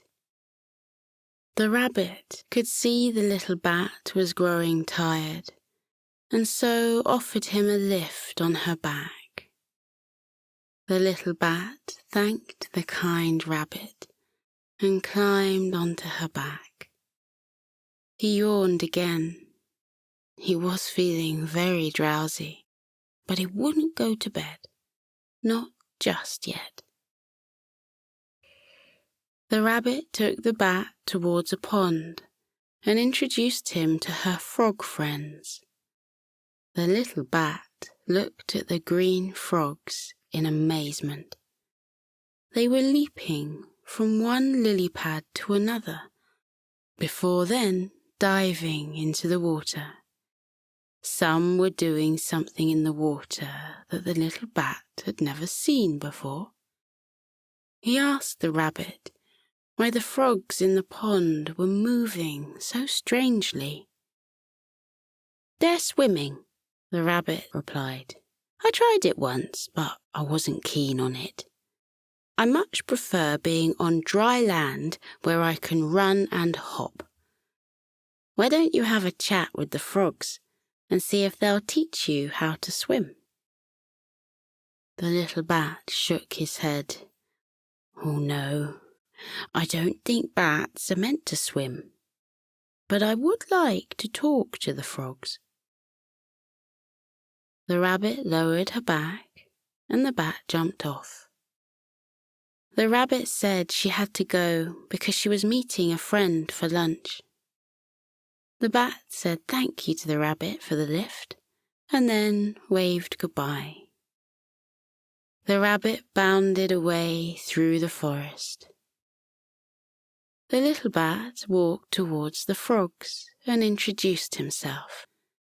The frogs said they were very pleased to meet him and announced they'd never seen a bat in the day before. One of the frogs said, "I've seen bats flying through the sky sometimes when I'm in my bed. Tell me, what does it feel like to fly through the night sky like that? Can you touch the stars?" The little bat smiled. "Not quite, but sometimes it feels like I can. It's wonderful flying through the sky at night. The whole forest is covered in darkness, and if I fly low enough to the trees, I can hear animals snoring in their sleep. The smell of night is different to the day, and so are the sounds." He told them more about his nighttime journeys and how he went flying every night with his family and sometimes with his friends too. He described his cave and how cozy and snug it was. He sighed happily. The frogs sighed too and said the bat was lucky to be able to fly in and out of the stars every night. The bat agreed. But you're lucky to be able to swim in your pond. It looks like you're having a wonderful time in there. A frog nodded. Yes, we love swimming. It's the first thing we do when we get up after a good sleep. We swim all day, and sometimes we hop onto the lily pads and jump around for a while, and then we swim again. The little bat said, I can hop too. The kind rabbit who brought me here showed me how to do it. He hopped up and down. The frogs were very impressed and asked the bat if he could swim as well. The bat looked at the clear water in the pond. Bats are not meant to swim. At least, I don't think so. But we're not meant to hop either, or be out during the day. Is swimming a difficult thing to do? Not at all. Watch us. We'll stay right next to you in the water, and if you need to get out, we'll help you. Swimming is great fun. The bat walked carefully over to the pond and lowered his toe into it. The water was cool and inviting. He put his whole foot in, and then his other one. It felt strange, but in a nice way. With help from the friendly frogs, the little bat went further into the water and copied the frogs as they swam slowly across the pond. It was a bit tricky at first, but he soon got the hang of it. And the frogs were right. Swimming was great fun. The little bat discovered he was extremely good at swimming, especially on his back. He floated on his back and stretched out his wings in the cool water. He gazed at the blue sky.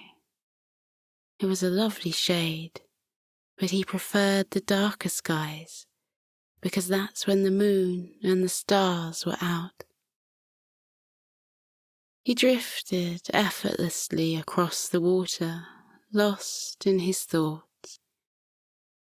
He remembered the wonderful evenings he'd spent flying with his family, and how beautiful the big moon had looked, and how the stars twinkled so brightly. He thought about the calming noises of the night that drifted up from the forest, the sound of foxes wandering through the grass, and the soft hoots that came from owls. They were such soothing sounds, and always made him feel peaceful and calm. He closed his tired eyes and continued to drift across the pond. The frogs chattered quietly at his side. He felt more and more relaxed. From somewhere came the soft call of an owl's hoot. It was a noise that made the little bat smile gently, and he imagined himself back in his cozy cave with his family. He felt himself drifting into sleep. He was so very tired. He felt a tap on his wing and opened his eyes. A frog was looking at him with a soft smile on her face. She said, "It's time for you to go home and get into your bed, little bat." The bat yawned. Oh, but I don't want to go to bed.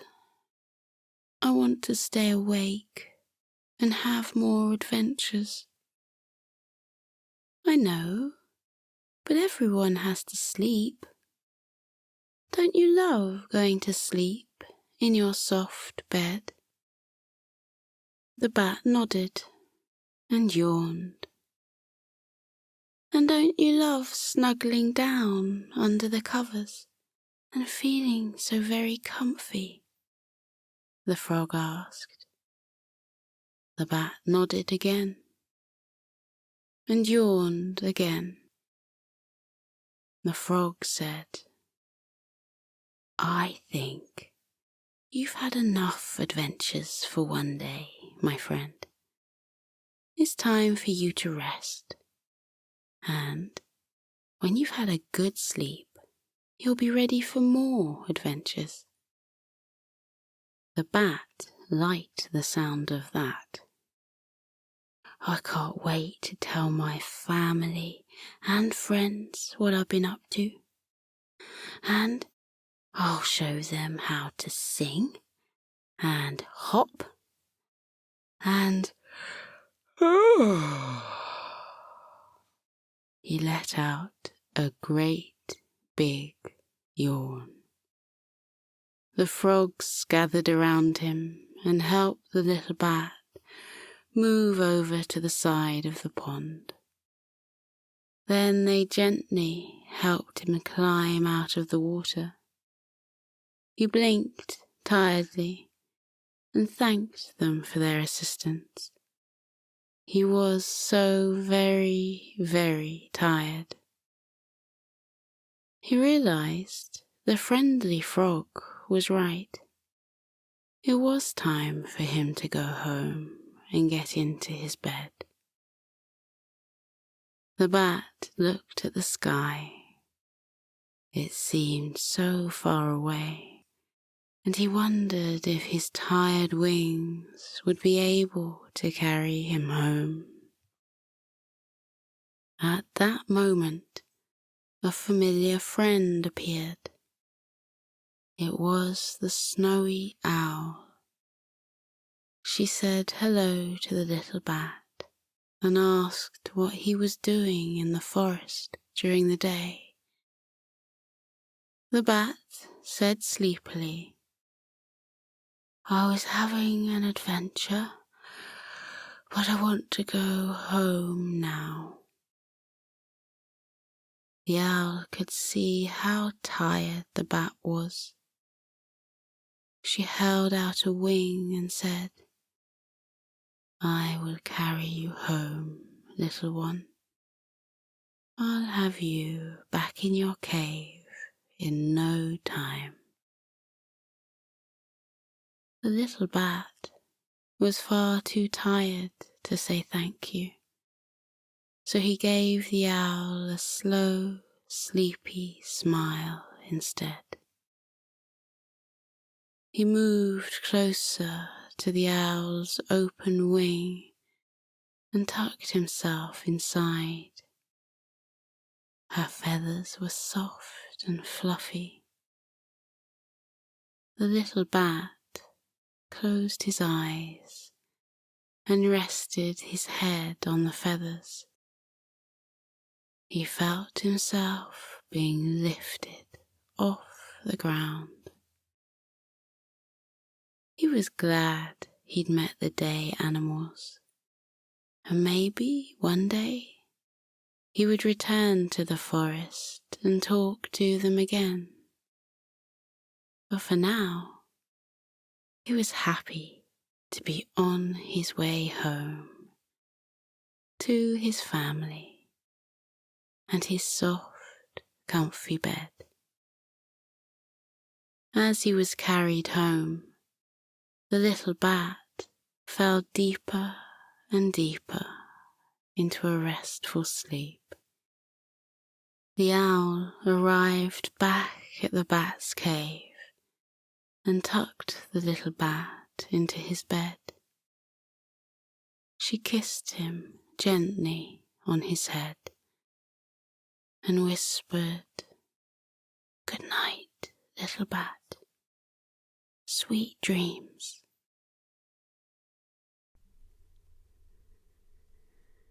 The Mole, the Vole, and the Coziest Hole by Jane Thomas.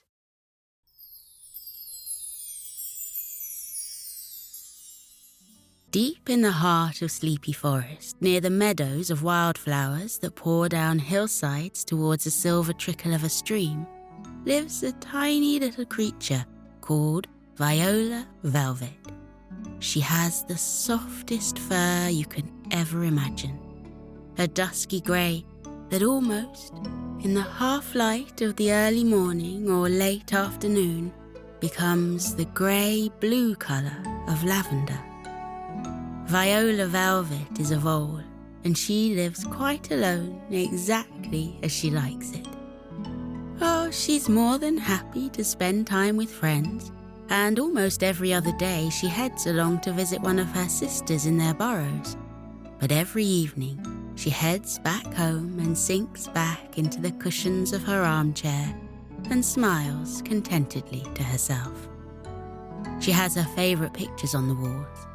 She has her favourite books on the shelves. The kitchen is filled with her favourite foods. Her mattress is just as soft as she likes it to be, and nobody ever leaves a damp towel on the floor of the bathroom. Viola Velvet's favourite saying is, "A place for everything, and everything in its place." The candlesticks on the mantelpiece know exactly where they are expected to stand, and the rugs on the floor know precisely which furniture they must line up with, and the mugs and jugs, cans and pans in the kitchen all know in which cupboard they belong. Whenever she does her washing and goes outside to peg it onto the line in her back garden, the socks are always hung up in pairs. The arms of the tops wouldn't dream of being inside out. And her handkerchiefs know how to flutter in unison when the breezes blow. I wouldn't like you to think that Viola Velvet was a boring vole or any such thing. She's actually a terribly interesting vole who has 1,000 thoughts whirling in her head at any one moment. And she has found that everything is a little bit clearer if she organises the world around her as much as she can. That way, her eye, and therefore mind, doesn't get distracted by a crooked picture frame, or a book that is somewhere it has no business being, or a pair of pyjamas hanging awkwardly over the end of the bed. When everything around you is organised, your mind can get back to doing what it does best, imagining things. Viola Velvet is, in fact, a writer. And funnily enough, the only part of her burrow that is allowed to have a little disorder is her writing room. She uses a typewriter, one of those big old-fashioned ones, where you have to really push the keys down, and where the thing where the paper is rolled in makes a satisfying ching when it hits the end of the line and goes back to start a new one. There are always vases filled to overflowing with flowers in this writing room, taken from her garden that's allowed to grow wild. The little vole is a big believer in letting plants and shrubs and bushes do their own thing, which means she has flowers and trees growing in her garden that appear nowhere else in Sleepy Forest. Viola Velvet writes all sorts of books, from cosy mysteries featuring stolen cakes to flights of fancy where anything is possible, to historical stories that dive back into the past, and futuristic stories that reach forwards into a world yet to be seen. Today is a very special day to be introducing you to Viola Velvet, because today is a rare day when she breaks from her routine. Today, one of her best friends is coming to visit, and he will even stay with her for a few days. Because she so very rarely has anyone near her home, she makes enormous efforts to ensure they have a wonderful, cozy, relaxing time with her. She makes extra trips to the market to be sure of having their favourite foods waiting for them in the kitchen, and she takes the spare blankets from her dresser and places them over the other armchair in the living room, so her guests too can curl up cosy and warm in the evening. One of her quirks, or perhaps it's one of her charms, is that she always sends a list of questions to anyone who will visit. She asks their shoe size, so she can be sure to have a pair of fluffy slippers ready by the door when they arrive. She asks if they'd like bigger pillows or smaller pillows, and whether they want their head to sink into a pillow or float on top. She asks their favourite colour and their favourite scent. And when she has all this information, she carefully files it away in a special drawer, the completed questionnaires all tied up with a length of golden thread. Today, Viola reaches for this bundle and then goes through the papers, smiling as she sees the names of all her friends at the top, searching through until she finds the right one. There it is. Walter the Mole is coming to see her, and there's the questionnaire he first filled out, maybe 20 years ago now. They have been friends for a terribly long time after all. She almost knows it by heart. That extraordinary brain of hers remembers this sort of thing, but she likes to check and be sure. Whoever is visiting will always feel as if they've visited the loveliest, warmest, snuggest, safest, and coziest hole in the world. Last week, Viola finished her most recent book, a wonderful story all about disappearing around the world on a moonbeam. And she always takes a few weeks off after completing an entire book. The first week is spent enjoying doing nothing much at all and stretching her back out after months spent hunched over her typewriter. She revisits the garden and says hello to all the new flowers that have arrived in her absence. And she sniffs the air to remind herself whether summer or autumn or winter or spring is on its way.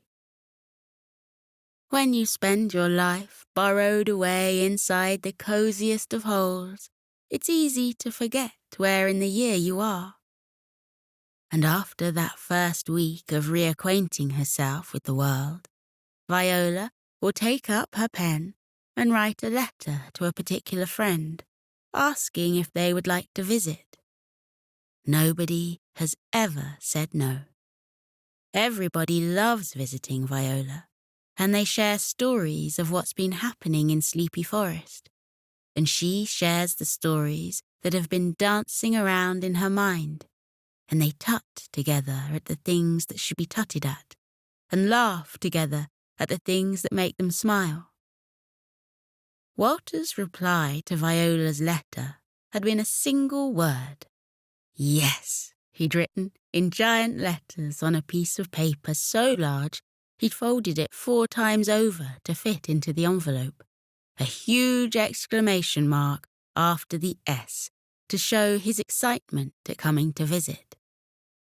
And today is the day Viola will cast a final look around the house.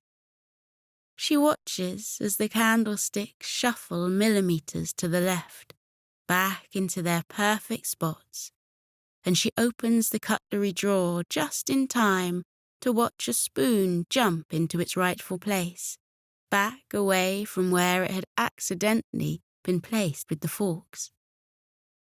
There are no windows, of course, because Viola lives underground, but she has hung curtains in various places and has them drawn permanently closed, so it seems as if there really are windows just behind them. As she watches, the curtains hang as straight as they can, flowery patterns lining up perfectly with each other. Content that the house is in order, Viola heads up the passageway to her round front door, a perfect circle of red made from the button of a very large winter coat a person had once worn. The door closes behind her, and Viola strolls along the pathway that winds itself through the wildness of her garden, then heads up through the meadow to wait at the bus stop for Walter to arrive. Viola has remarkably little interest in the time of day, and there isn't a single clock or watch or timepiece in her home. But as soon as she goes outside, she knows just what time it is. She sniffs the air to measure for dampness and warmth, and which flowers are growing and which are fast asleep. And with that, she knows the time of year. And then she looks at the sun and where it is hanging in the sky, and with that, she knows the exact time of day. So Viola knows she's arrived at the bus stop with 7 whole minutes to spare, and she spends the time rising and falling on her toes and watching the swallows sweep in great arcs through the sky. Then there the goose bus comes, trotting over the hill, back gleaming golden in the late afternoon sun. The white downy feathers of the goose bus are almost turned pink with the sun starting to sink between the hills. Viola hears the little bell tinkle. That will be Walter letting the goose know this is his stop. And then the goose is pulling into the side of the road, right next to where she stands. And Walter is picking up his smart brown suitcase and sliding down the goose's wing to land with a bump and a jump in front of her. The vole and the mole laugh and smile and dive towards each other for a hug. One of those, "I've missed you. It's so good to see you" hugs that we only get when we haven't seen someone for a while. Walter takes his suitcase in one hand and Viola's hand in the other, and together they walk down through the meadow of wildflowers towards her bright red button of a front door and towards the setting sun. Walter says that his mum, Beatrice, sends her love, and Viola beams outside and glows inside. He tells her of his brothers and sisters, his grandmother and his uncle, of the project he's been working on, making an underground treehouse in the twisted roots of a giant oak that dive deep beneath the surface of the earth. And Viola thinks that is the most splendid thing she's ever heard. He tells her how they have burrowed a whole new tunnel that emerges into the world just above a little stream, and how they've polished and sanded and smoothed the curved piece of wood into a slide that goes right from the tunnel entrance to the edge of the stream, so they can launch themselves into the cool waters with a shriek and a splash. They push their way down the garden path, saying, "Excuse me," and "Awfully sorry," to the various plants and flowers that are reaching across the way, pushing them gently aside and stepping over tendrils, and then they arrive at the red button door. Walter puts his hand on Viola's arm, signalling her to stop for a moment. He closes his eyes and takes a few deep breaths, a smile spreading across his face.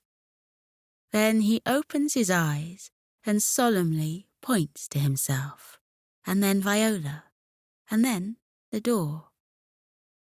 "The mole, the vole, and the coziest hole," he says.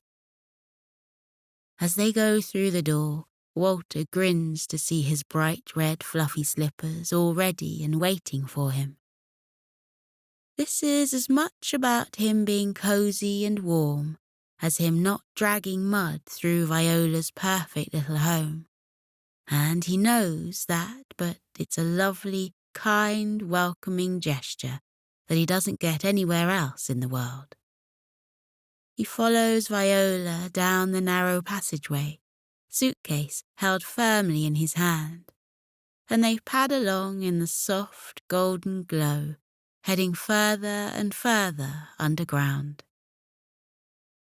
She guides him to the guest bedroom, and he looks at the same familiar blankets and pillows and breathes in the scent of jasmine, and notices how she has tucked his favourite mints into a little package on the pillow alongside perfectly neatly, crisply ironed blue and white striped pyjamas. A red dressing gown with golden tassels hangs on the back of the bedroom door, and the two have the same conversation they always do. "Do you mind?" says Walter. "I'll see you in the living room," says Viola, and she heads off with that warm, satisfied smile, knowing that everything is exactly as Walter likes it. And he climbs into the crisp pyjamas and wraps himself in the warm dressing gown and reaches into his suitcase for the presents he has brought. No self-respecting mole ever visits anyone, least of all a vole such as Viola, without taking presents. He's brought a painting from his mum, just a small one, in a little silver frame, and she places it on the table beside her chair. Not many would guess that the vole's favourite animal is an elephant, but Viola holds a fascination for these enormous, gentle giants, and Beatrice has painted the perfect picture of an elephant by a watering hole, trunk arched into a question mark as it sprays water onto its gleaming back. And the second present is a jar of raspberry jam made just the day before by his grandmother, a little label stuck on the side with the date and the exact location of the raspberry bush she has used. "Beneath the westerly weeping willows," it reads. Viola feels a little shiver of delight run down her spine as she remembers how very sweet those particular raspberries are. As Viola disappears into the kitchen to put the finishing touches to their dinner, Walter takes up a log and puts it on the fire, poking it to watch the flames sparkle and dance. He settles back into his chair and reaches up for the blanket he knows will be waiting for him, opening it out and placing it over his knees. He gives the first of many sighs of contentment, looking at the candlesticks lined up just as they should be, scanning the bookshelves and noting that not a single book is out of place. Viola comes in bearing a tray, one of those with a cushion underneath so it can sit on Walter's knees, and she pours him a glass of deep red cranberry juice that gleams like a pool of rubies in the light of the fire.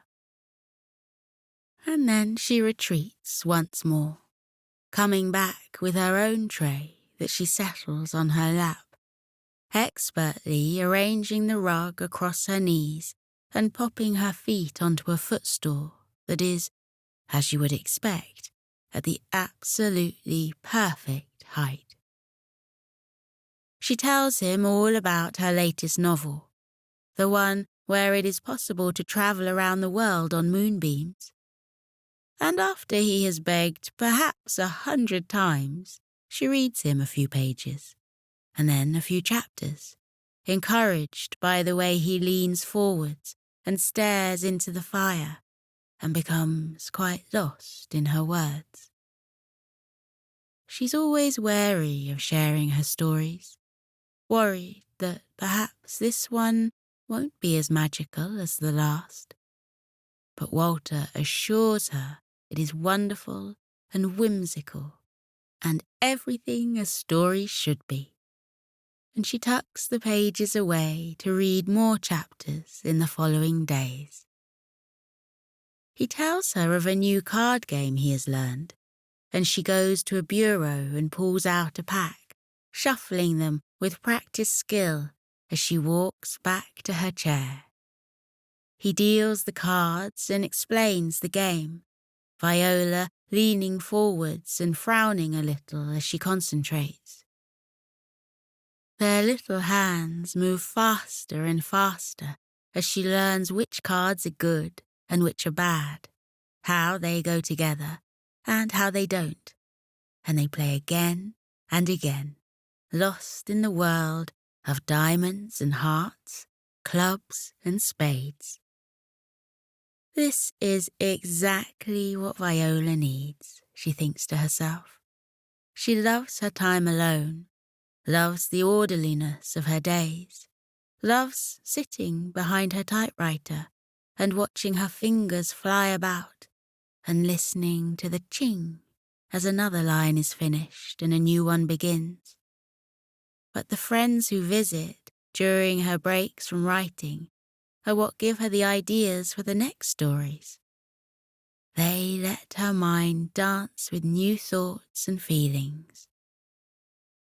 Walter, as with so many of the creatures that visit Viola's cozy home, begs for a special story all to himself.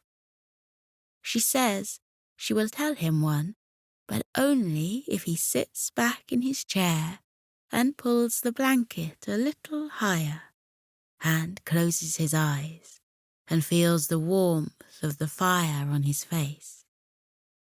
Walter does as he is told, and so Viola begins.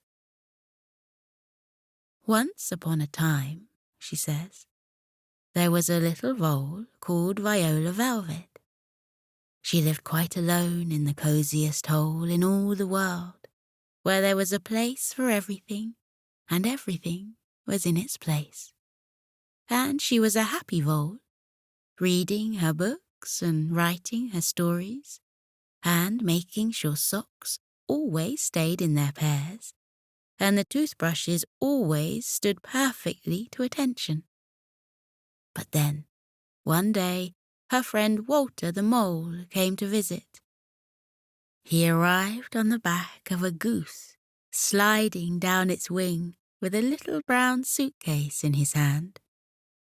He stayed with Viola Velvet for 3 whole days. On the first day, they went for a walk in the woods, picnic basket in hand, and they sat in the shade of an ancient elm, a red and white rug spread beneath them, and they counted butterflies and dragonflies and shared tea with a passing bumblebee. On the second day, they went to the lake, where they rowed to the very centre in a little wooden boat, and they lay back and looked at the clouds above, feeling the boat rocking gently from side to side on the waves. They stayed there until the sky became the deepest, darkest blue, the sun quite gone, and the first stars shining in the darkness, a full moon lighting their way home. On the third day, they climbed to the very top of a mountain.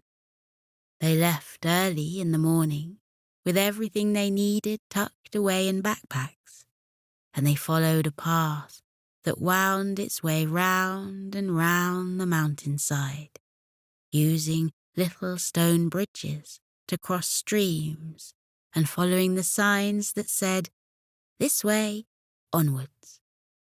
And once they reached the very top of the mountain, they were standing where the birds swirled and danced in the sky, and they could see the eagles soar and the nightingales floating, and how the geese flew home for the night, a giant V floating gently towards the setting sun.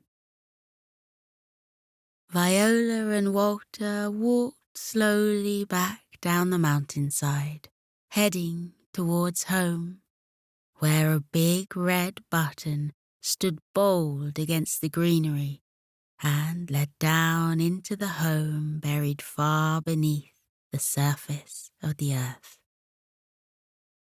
And the two friends sat before the fire, with rugs across their knees, and they shared stories of the months when they had not met, and dreams of the future, and promises, and hopes, and thoughts, and ideas that they knew they would only share with their dearest friend. At this point, Viola heard a snuffling sound and looked across at Walter, seeing he was fast asleep. A contented smile spread across his face, his head nodding a little as he snored and dreamed. She thought of waking him and guiding him back to his room, but instead she buried herself a little deeper beneath her blanket and pulled her feet up so she was curled into the tiniest ball, nestling her head against a cushion and deciding that this is where she would sleep tonight. Let us leave them there, two tiny, furry, velvet-soft creatures, curled up in their chairs before the glowing embers of the fire. For it isn't often that Viola has anyone in her home, and it doesn't do to overstay our welcome. Let us leave them there, two best friends who will spend 3 glorious days and 3 wonderful nights together, before Viola is once more by herself in a writing room with vases of flowers and piles of shifting paper with her typewriter, and her mind dancing from one story to another. Let us leave them there, the mole, the vole, and the coziest hole.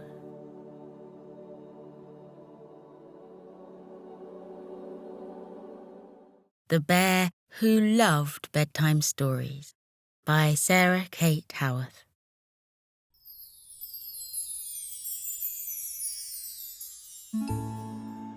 High up in the Rocky Mountains, in the northernmost part of Western Canada, lived a family of grizzly bears. There was a mama bear called Griselda and a papa bear called Christopher, and there were 2 little bears called Maple and Pine. They lived in a log cabin tucked into the mountainside with broad beams and wood panels and a front-facing balcony where you could gaze out at the dramatic landscape and thick blankets of sparkling snow below. Around the back of the cabin stood a little outhouse where the family of bears stored all their winter sports things, like skis, snowboards, and sledges. They were a fairly outdoorsy family, united by a keen, adventurous spirit. Griselda and Christopher had always been a courageous couple. They were known in the bear community as the speediest runners, the fiercest hunters, and the loudest growlers around the Rocky Mountains. And their daughters took after them. At least one of them certainly did. Pine was the elder of the 2 little bear cubs and a real daredevil. She liked exploring, climbing up great mountainsides and scrambling over rocks and roots. She loved taking a dip in the wide-open lakes and even enjoyed whitewater rafting on the raging river rapids.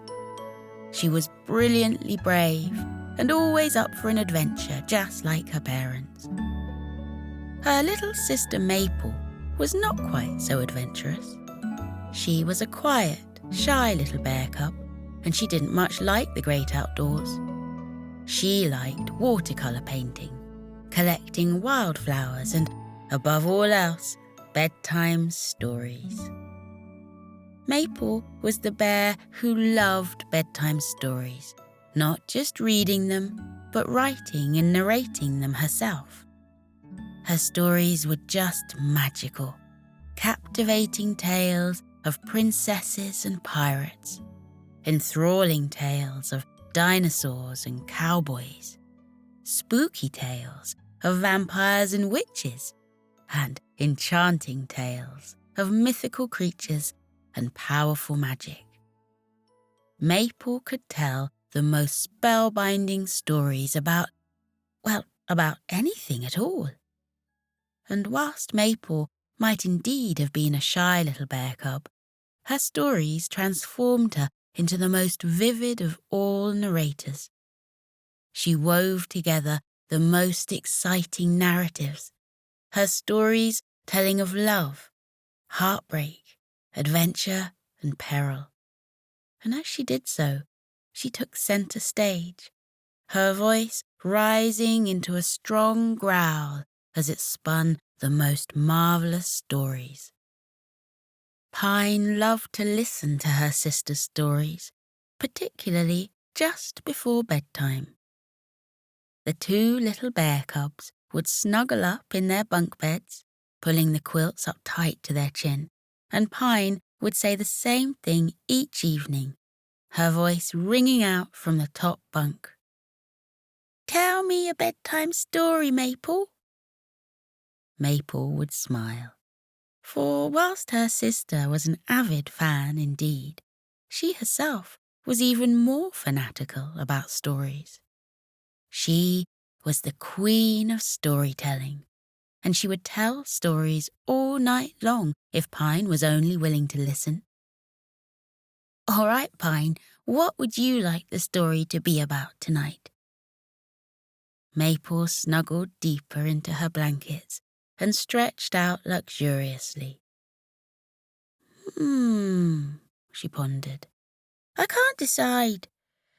All your stories are so wonderful, Maple." Maple chuckled, pleased with the compliment. "Well, would you like to hear about the mermaid from the Lavender Lagoon?" "Ooh," cooed Pine. "I do love your stories about the beautiful chorus of mermaids." "Or might you like to hear the one about a snowstorm that billowed its way across the Rocky Mountains so that the lakes froze over in pearly sheets and everyone could skate and glide across the ice to their heart's content?" Pine's eyes brightened like two little lamplights. She shivered excitedly at Maple's frosty description. "Oh, goodness, that sounds very festive, Maple," she responded. "How beautiful! I love ice skating."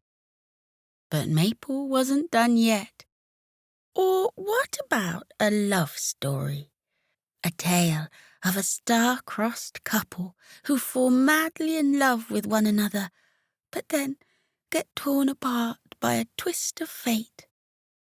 Pine's snout began to quiver, and she trembled beneath her sheets.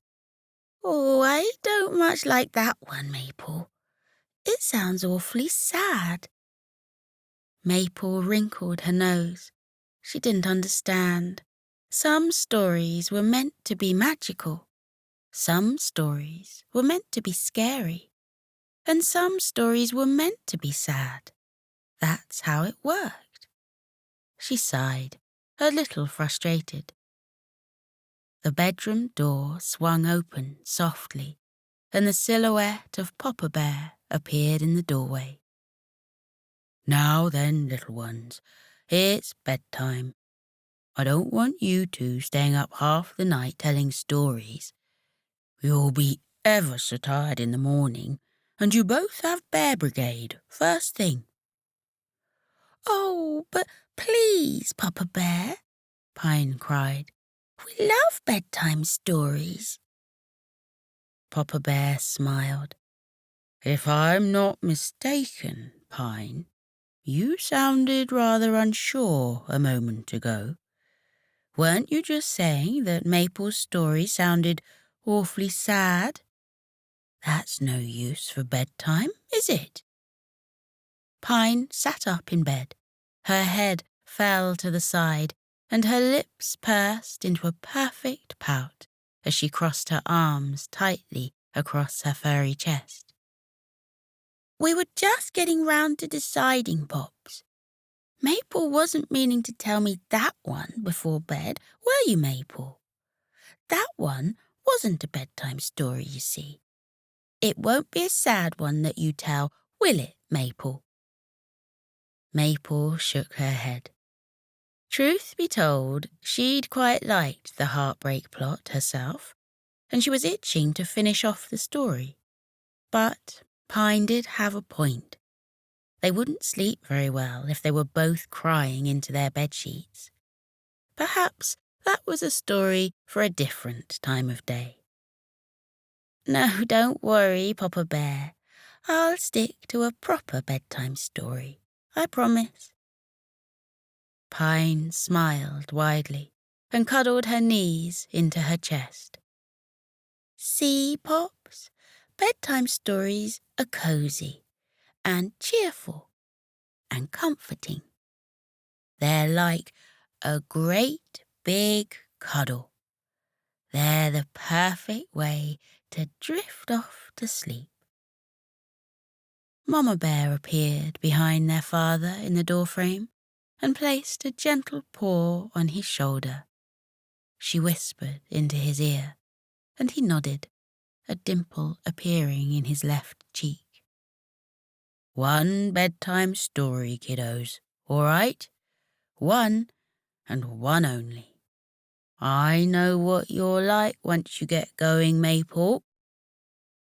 Maple sighed in relief. Thank goodness for that.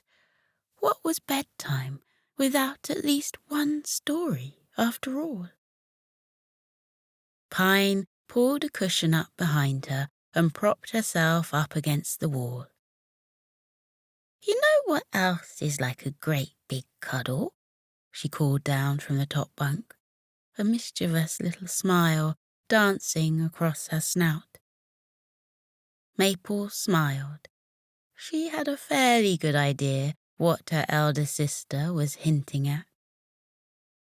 "You see," continued Pine, "the only thing better than a bedtime story is—" Mama Bear and Papa Bear looked at one another, and they smiled too. "Let me guess," their Papa replied. "Does it begin with a hot? And might it end with a chocolate?" Their Mama chuckled, ruffling Pine on the head. Pine giggled. "Oh, what a great idea, Mama Bear. I would love a hot chocolate to sip on while we all listen to Maple's bedtime story. Isn't that a great idea, Maple? How lovely!" Maple nodded, drawing her knees up to her chin, a soft smile spreading across her snout like butter on a piece of toast. "All right, kiddos, 4 hot chocolates with cream and marshmallows coming right up." Papa Bear ducked out of the bedroom and padded off to the kitchen to prepare their special bedtime treat, and Mama Bear helped the girls down from their bunk beds and found a comfy spot on the floor. Mama Bear drew the curtains, shutting out the snowflakes twirling and dancing outside the window pane. Maple turned on the nightlight, which glowed like a golden bubble, casting its soft, twinkly light across their bedroom floor. The bear cubs draped blankets around their shoulders and sat cross-legged, eagerly reaching for the warm mugs of hot chocolate their father placed into their paws. "Yummy!" piped Pine. "This is the best hot chocolate I ever tasted in my life. It's so creamy, sweet, and delicious. You have to try it, Maple." Maple closed her eyes and took a sip. A rich, velvety taste filled her mouth, crackling like a campfire against her taste buds. Her eyes gleamed as steam rose from her mug, making droplets on her nose. "Wow, Papa, that really is delicious. Thank you." Papa Bear smiled and sat down on the floor with his family, cradling his own mug in his paws. He clinked mugs with Mama Bear and winked. "To bedtime stories," he cheered. And they all laughed and toasted each other before taking a sip of the tasty hot chocolate. Pillowy marshmallows began to melt into the surface of the chocolate, scattering pink and white clouds across the rich brown foam. "Well, Maple, what will be tonight's bedtime story?" Mama Bear leant forward and gazed at her youngest daughter with pride. Maple's brow crinkled, and she fell silent, deep in thought. It had to be cozy. It had to be cheerful. It had to be comforting, just like the taste of hot chocolate against her tongue. She tapped her toes against the floor and thought hard. Pine smiled up at her parents. She couldn't wait for the story to start. Maple cleared her throat, took a deep breath, and began. Once upon a time, there lived a beautiful princess called Peony Bloom. Peony had long, flaming locks of scarlet hair and the palest blue eyes. She lived in an emerald palace in a magical kingdom known as Evergreen. Pine sighed contentedly and snuggled into her father's side. Papa Bear pulled a fleecy blanket up around their knees, and Mama Bear nodded at Maple encouragingly. Peony was a wonderful ruler. She was fair and just, wise and strong. Everyone who lived in the magical kingdom of Evergreen loved Peony. They were so proud of their perfect princess. And Peony loved being a princess. She really did. She had a closet full of ball gowns, shelves stacked full of crystal slippers, and a whole collection of glittering tiaras, one in every colour. Violet and indigo, sapphire and amber, ruby and garnet, diamond and amethyst, obsidian and pearl. Pine's eyes grew wide like flying saucers, and she leaned in closer to her father's warm fur. But despite all those riches, Peony Bloom had a problem. You see, it was ever so lonely, living all alone in that great big emerald palace. What Peony really wanted was not another tiara or a diamond necklace or a string of freshwater pearls. What Peony wanted was a friend.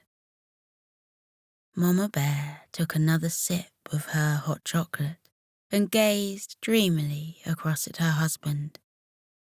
Maple really was the most terrific storyteller.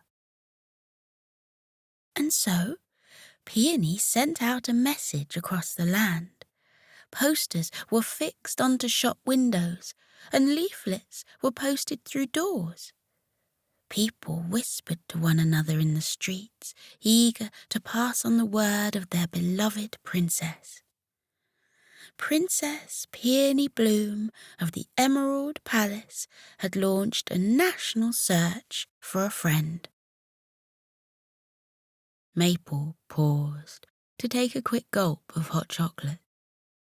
Her family were watching her as if they'd been hypnotized, their mouths open, their eyes glazed. They were utterly spellbound by her bewitching bedtime story. She smiled to herself, a warm glow spilling into her chest like golden syrup. It was so rewarding to see how much people loved to listen to her stories. Soon, thousands of young girls stood in a line which wound around the cobbled streets of the kingdom like a slinking snake. Each young maiden desperate to become the princess's new friend and confidant. Peony Bloom looked out from her balcony and surveyed the droves of citizens who wanted to befriend her. She'd have thought that looking out over all those potential friends would have made her feel loved and comforted. But in truth, as she gazed out across an ocean of heads, some fair, some dark, some scarlet like hers, she felt lonelier than ever. She sighed to herself wearily and stepped back into her bedroom. Her trusty servant, Olive, saw her dejected posture, and her eyes brimmed full of concern. "What is it, Miss Peony? What's the matter? I thought you'd be so happy to see all those people queuing up to be friends with you. Why, you're the most popular person in the entire kingdom." Peony smiled sadly. "Thank you, Olive, but I can't help but feel like I'm only popular because I'm a princess, and I live in this beautiful castle. Why else would all those girls be so desperate to be my friend? Why? They don't know anything about me." Olive smiled and shook her head. Peony just didn't see herself right. "If you don't mind me saying, Miss Peony, that is complete and utter nonsense." A giggle escaped the princess's lips, and she snuck her hand over her mouth quickly. It wasn't polite to giggle and gossip with a servant after all. But Olive went on, unfazed. "They don't want to be your friend because you're a princess, Miss Peony. It's because you're you. You're fair and just, wise and strong. Why, any one of those girls would be the luckiest soul alive to count you as a friend." Peony blushed, a dappled pink spreading across her cheeks like rose petals. "That's awfully kind, Olive. Well, all right. I guess it wouldn't hurt to meet a few of them, would it?" Olive smiled and linked arms with the princess merrily. "That's the spirit. Now, let's go and find you a brand new friend."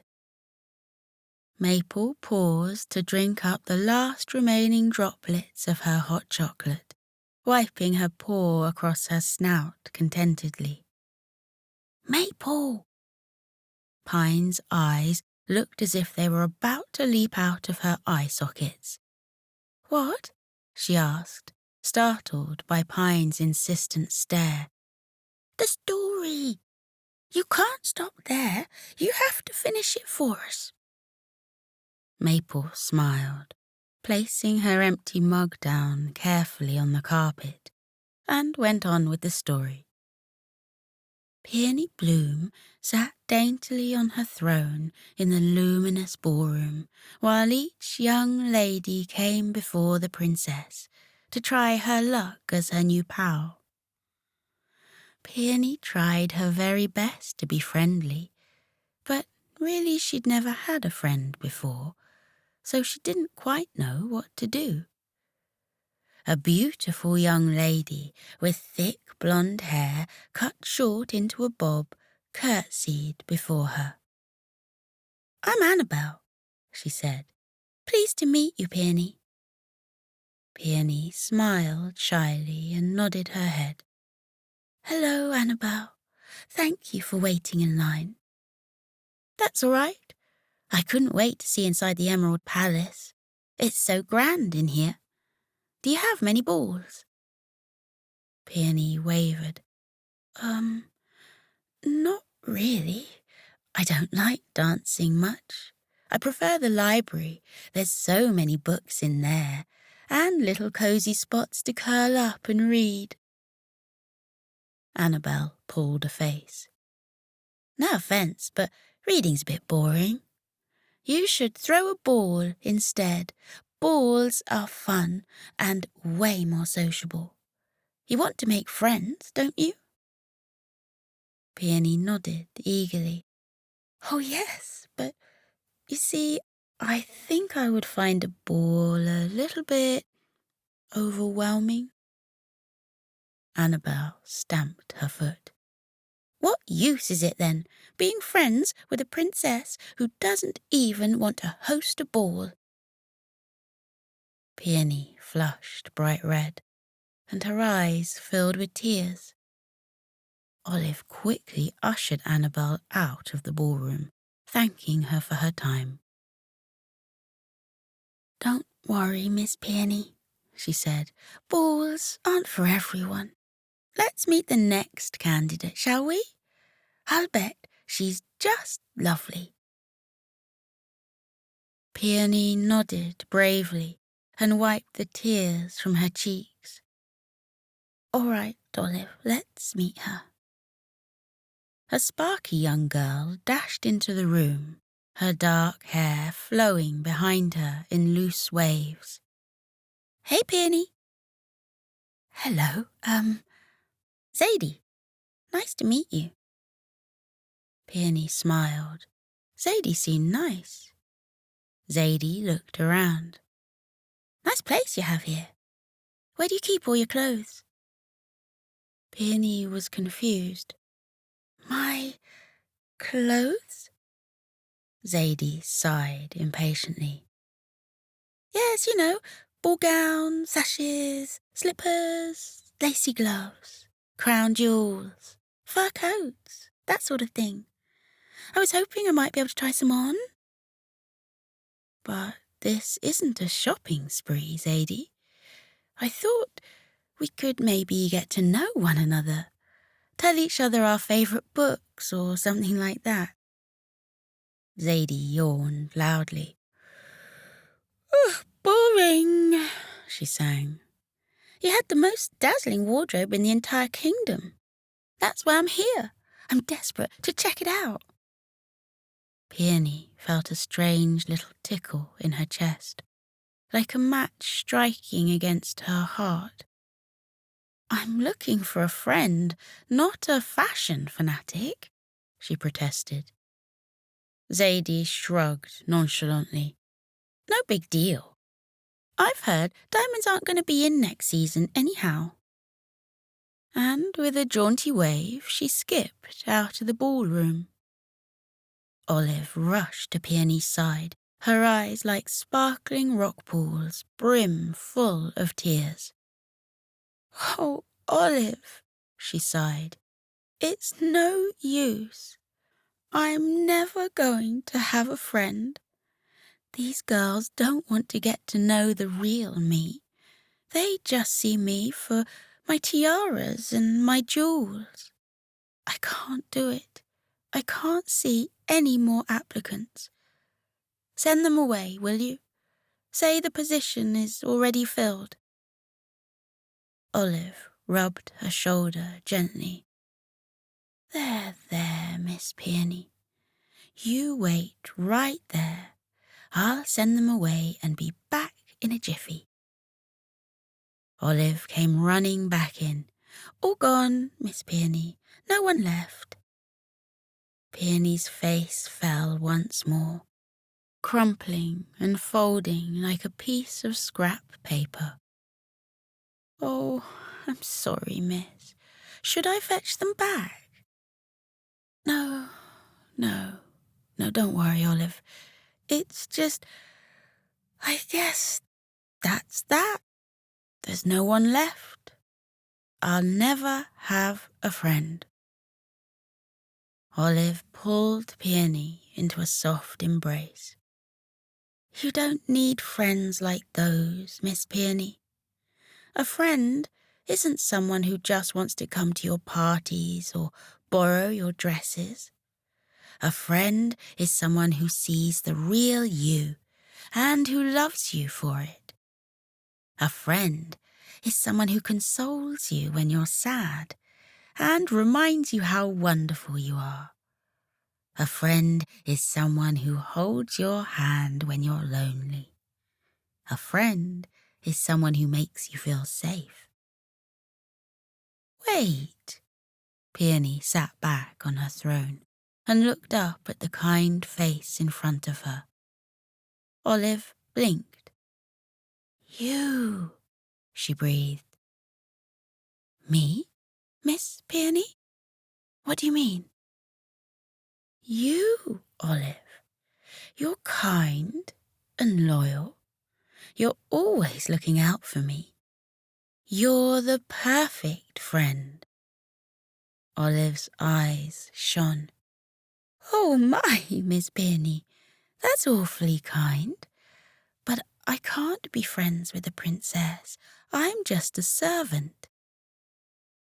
Peony took Olive's hand in hers and gave it a squeeze.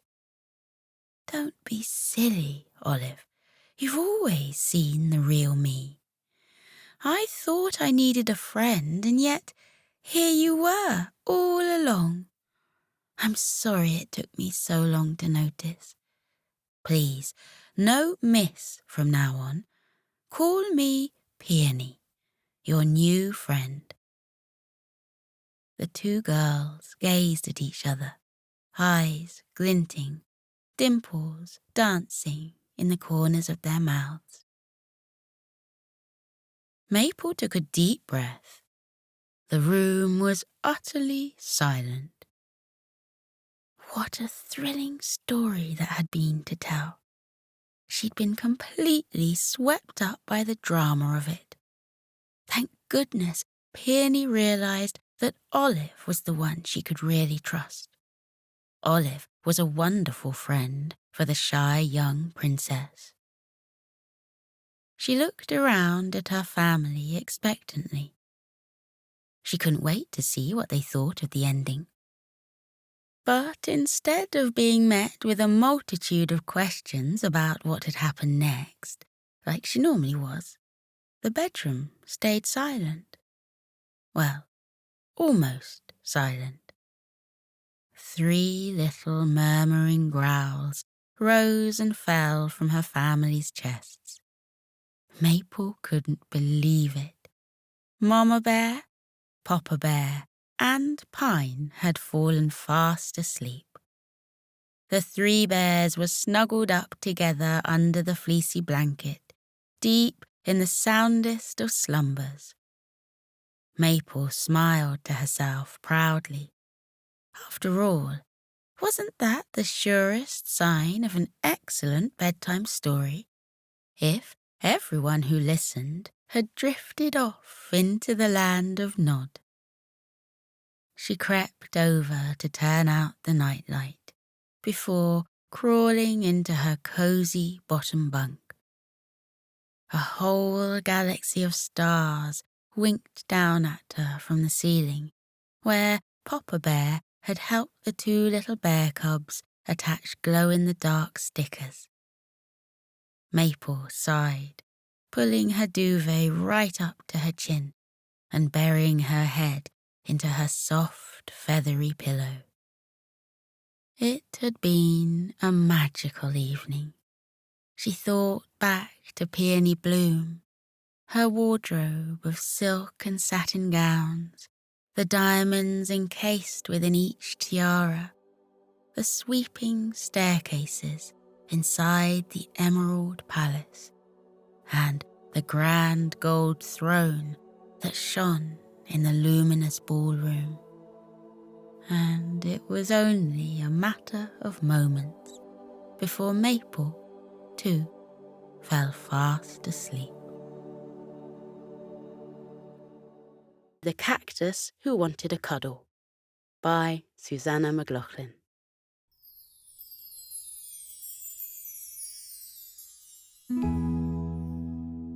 Under the warm orange sun, in a vast desert in Mexico, there stood a single cactus named Rosa.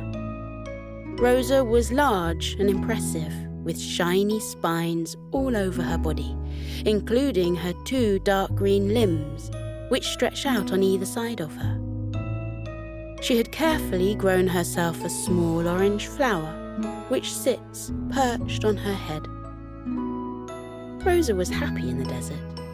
She spent her days in the wilderness, watching the endless desert skies turn from pink to purple to blue and to streaky orange and pink once more, before it turned inky black and became covered with hundreds and thousands of twinkly stars.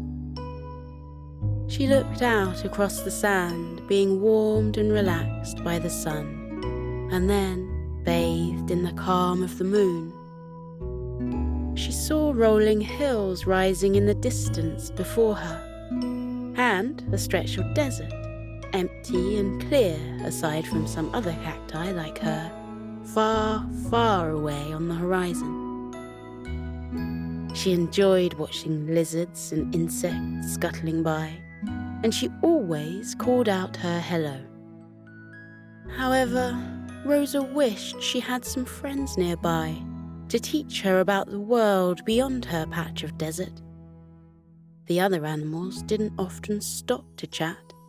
They all thought she must be a prickly character due to her long, pointy spines. This cactus was not prickly, though. Not at all.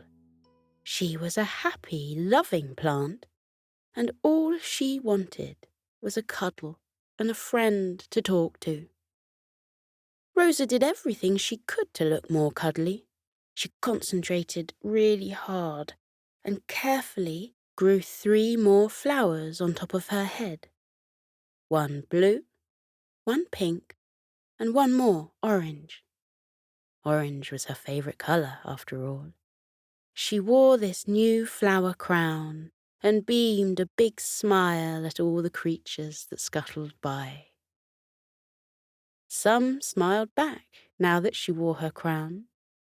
In particular, a large tortoise named Thomas, who plodded slowly by. He had a big, dusty brown shell, splodged with shades of amber and cream. His skin was wrinkly, and he wore a big, toothless smile. His face was friendly and peaceful. Rosa asked Thomas where he was going. He said he was headed over the hill as there was an oasis there. He described it as a glistening turquoise pool, as clear as glass, sparkling in the sunlight. He said it was the most deliciously cool and crisp water in the world, especially tasty in the dry heat of the desert. Rosa had never seen or heard of such a place, but she enjoyed dreaming about it. "What is over that hill, there?" she asked. "Over there? There is a town of people," the tortoise said. He explained that in the town people worked and played and sang music together. He said there were dogs running between colourful market stalls playing with the children. He said there were guitar bands and parties and plenty of delicious food.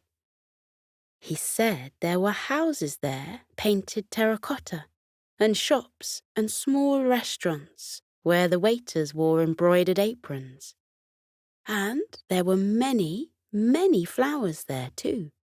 Lots of green leafy plants, shrubs and trees in little pots. Rosa thought it sounded wonderful. All those people together having fun. Thomas had continued plodding by as they had been chatting. He did move rather slowly after all. Rosa would have enjoyed talking to him all day and learning more about the world that lay out of sight. But he had an oasis to visit, and he was nearly out of hearing range. His hearing did not range far, as he was a tortoise.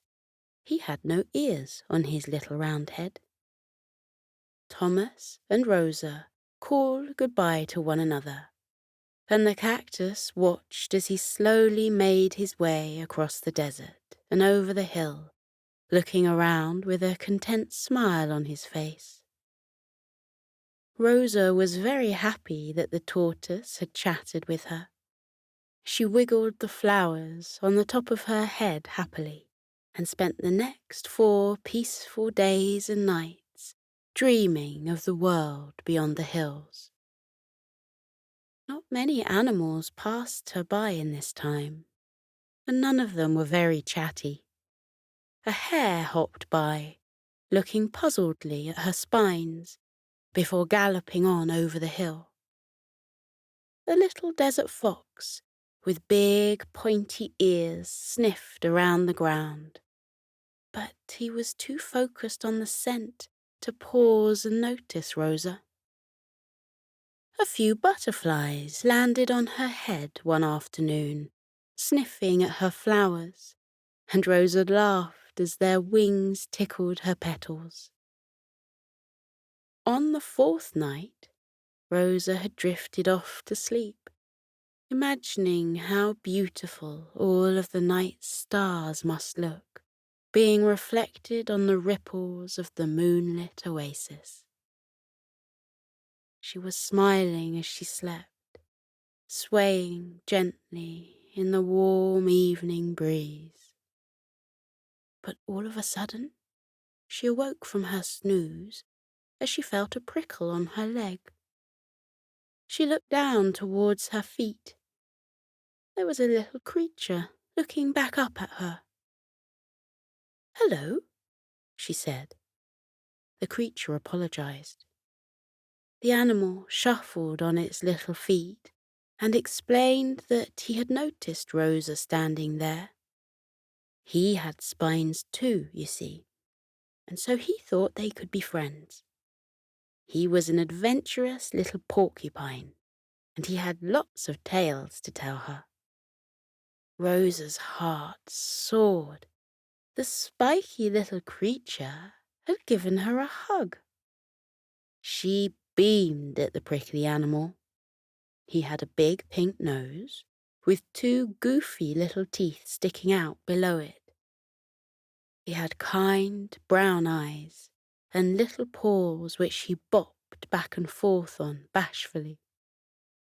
His brown furry body was covered in long black and white spines, many more than Rosa, and they were much pointier too. He introduced himself as Paolo, the porcupine. Rosa was in awe to meet someone so kind, who seemed to understand her feelings so deeply. She knew right away that Paolo was her friend. Paolo and Rosa sat under the stars and chatted for a while. Eventually, they both drifted off to sleep. Rosa swayed gently, and Paolo laid in the sand on his spines, pointing his little belly in the air towards the moon, snoring softly. When they awoke, the sky was pink. Paolo told Rosa he had been headed into town when they crossed paths. Rosa sighed dreamily and said she would like to hear of his adventures there, for she dreamed of going to the town too. Paolo went quiet, thinking for a while.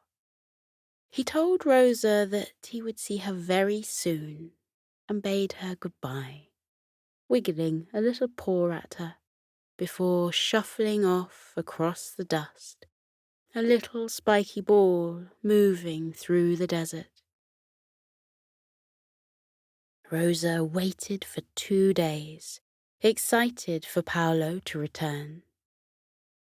At midday on the second day, she saw a spiky little shape returning towards her across the landscape. Paolo appeared to be pulling something along behind him, and a little figure was at his side.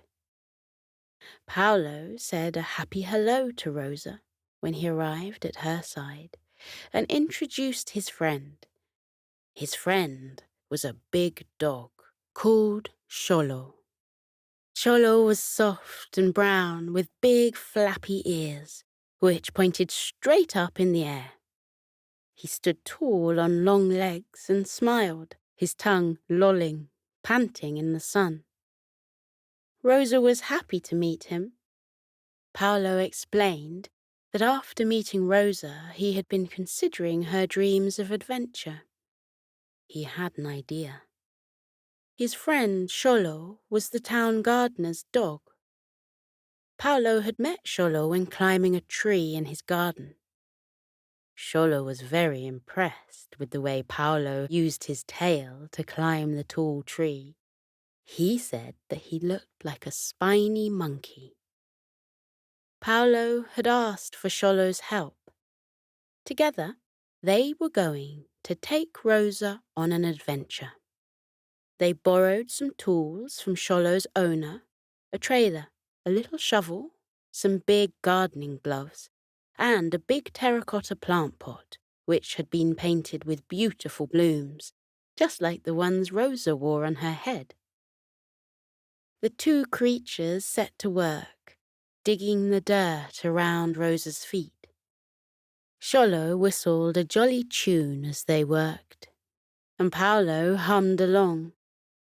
Xolo carried a lovely tune, but Paolo was a little off-key. Rosa didn't mind, though. She was so happy to be with her new friends that she thought it was the most beautiful song in the world.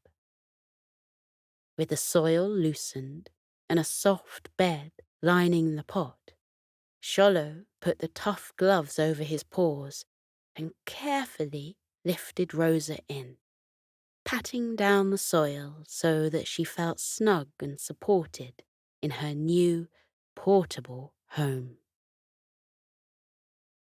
They both placed their paws on either side of the pot and, after the count of 3, hoisted her up onto the trailer.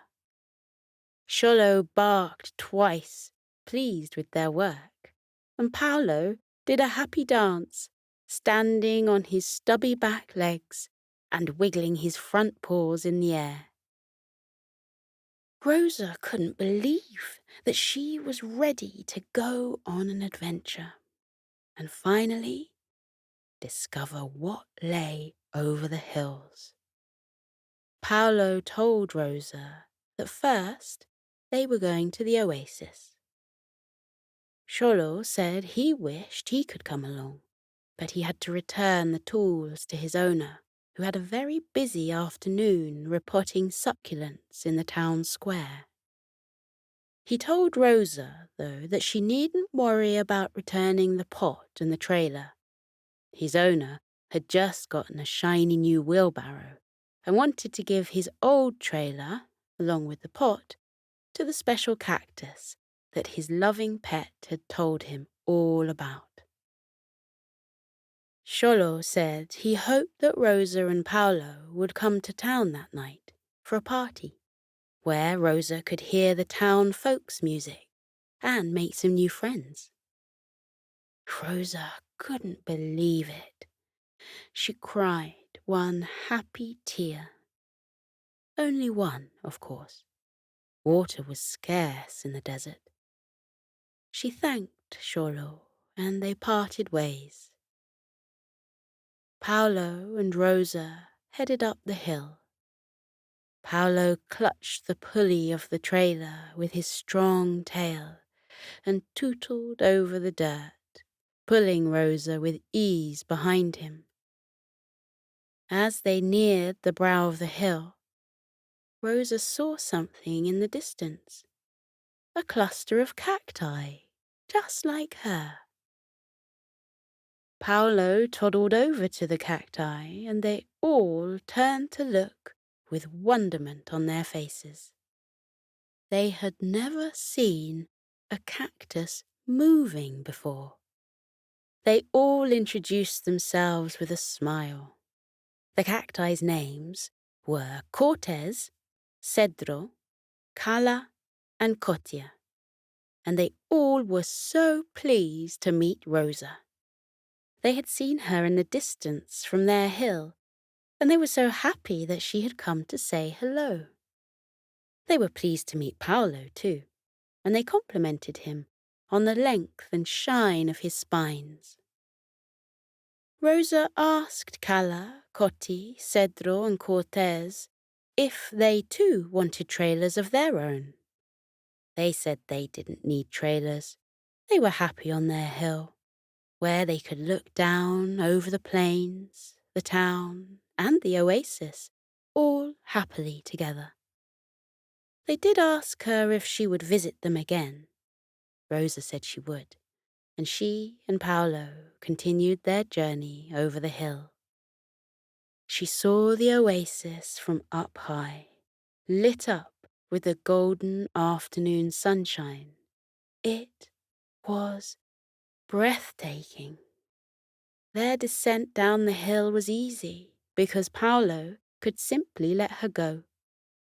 Rosa rolled on her wheels freely down the hill, coming to a stop at the soft sand that surrounded the oasis.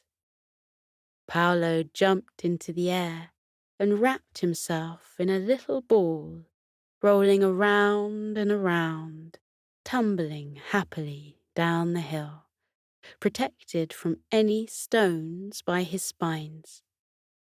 Both were laughing happily together when they reached the water. The water was so light, so bright, and so beautiful. It was turquoise and deep, and they could look down into its depths as easily as looking through a window. Paolo dove in, and Rosa giggled as water splashed her, refreshingly cool in the warm air. The little porcupine swam in loops around the oasis, propelling himself with his little tail. His arms and legs were too short to swim on their own. He splashed Rosa whenever he passed. They both enjoyed their afternoon immensely. Rosa loved watching the twinkling light on the water, and she was happy to see other animals having fun too. She saw Thomas, her tortoise friend, on the other side of the pool. She didn't talk to him, though, because he was snoozing peacefully in the sun. Sleepy lizards of all kinds lolled on the water's edge. Little darting lizards with shiny brown skin, and big, leathery green lizards with wise, bulging eyes and long tails. When the sun had moved further across the sky, it was time for the two friends to return over the hill and head towards town. Rosa had excited butterflies in her stomach, as she had never met people before. Although sometimes she had seen their big, shiny vehicles zoom through the dust, far in the distance. She had heard so much about the joyous town folk, and she was excited to meet them. They made their way up the hill and rolled back down again. They crossed the flat of the desert, humming together as they went.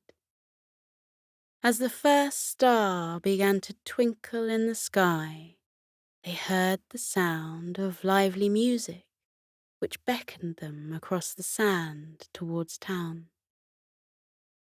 Paolo would skip with every couple of steps, almost in time to the music. He wasn't the most rhythmic porcupine, but he did love music. They arrived at the town square and were amazed by its beauty. There were men and women and children in colourful clothes, dancing and eating and laughing together. The band played guitars of different shapes and sizes, and they all sang with enthusiasm. There were many plants like Rosa, in pots and flower beds around the square, and animals too, dogs and cats and lizards and birds, all enjoying the music. Xolo emerged from under one of the tables, which was laden with delicious-looking food, and greeted the animals. He introduced them to all of his friends, and they all danced together. Rosa and Paolo were so happy. At the end of the night, Rosa thought it must be time to return to the desert. She said goodbye to her new friends. She had spoken to the flowers in the shrubbery, who had told her of all the merriment that they observed every day. She had laughed with playful puppies and shimmied her spines to the lively music. She had had a wonderful time, but it was time to go to bed. Hopefully she could return one day. She was sure Paolo would be her friend forever, and that he would be happy to wheel her around on more adventures. Paolo yawned, and Rosa smiled. "Let's go back to the desert," she said. Paolo wrapped his tail around the pulley on the trailer and began to wheel her back towards the road. Both had sleepy eyes and tired bodies. They were ready to snooze. As they moved away, someone called out to them. It was the town gardener. Rosa and Paolo had met him earlier in the night and thanked him for his kindness. He had grey hair and crinkly brown eyes. His skin was tanned from all the time he spent outdoors, tending his plants attentively and with great care. He wore faded overalls and a colourful shirt. All of the townsfolk seemed to like colour and kindness. "Where are you going?" the gardener asked. "You may return to the desert if you really wish. I know the nature is beautiful out there. It is incredibly peaceful in the stillness of the desert, under a million stars. But, if you would like, You may both stay here, too. There's a lovely spot in my garden for you, Rosa, and I know Xolo's kennel has plenty of space for a little porcupine like you, Paolo." The two friends looked at one another, beaming with happiness. They had found their family. They journeyed to the gardener's yard. He had a beautiful garden, with curling vines and beautiful tropical flowers. Each one was watered, trimmed, and tended to with love. In one corner, there was a dusty flower bed, full of cacti of all shapes and sizes, some spiny, some fuzzy, some smooth. Not far away was Xolo's kennel, a fairly large handmade wooden structure, painted in turquoise, pinks, and yellows. Xolo was already snoozing on a soft patch of grass nearby, his long snout poised on sleepy paws, his tongue still lolling as usual. He looked perfectly peaceful. Rosa chose her place in the gardener's yard. She asked to sleep near the low wooden fence so that in the morning, when she awoke at sunrise, she could watch the streets of the town beginning to swell with life, with children wobbling by on bicycles, and the scent of the baker's fresh bread drifting on the morning breeze.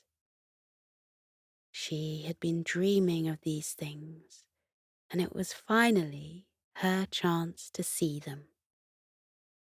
To her left slept a tall cactus, too, with flowers of purple on her head. She, too, wore a flower crown like Rosa, for she, too, was happy and full of life. Rosa breathed in the cool air. Paolo parked her trailer and said good night. He tottered sleepily towards his new home and entered the kennel where he wrapped himself in one of the comfy woven blankets that Xolo had collected there. He knew that the generous Xolo would be more than happy to share. He and Rosa drifted off to sleep. They were so happy and peaceful under the stars. The happy cactus and friendly porcupine lived in the gardener's garden from then on, and they never tired of going on adventures. They strolled through the town, rolled down many hills, and swam in many a blue oasis. The two lived happily there, wrapped up in the glow of their new friendships and the comfort of their new home. The Cat's Pyjamas by Susanna McLaughlin.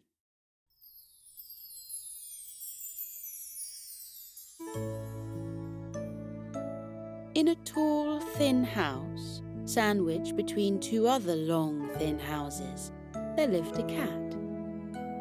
This cat was very orange and very round, so the little girl who owned her called her Pumpkin.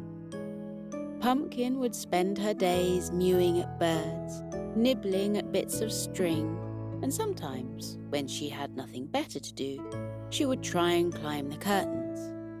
Dad didn't like it when she did that. They said she was much too heavy and she would surely pull them down. But Pumpkin would just rub against their ankles and purr, and soon they would forget all about it.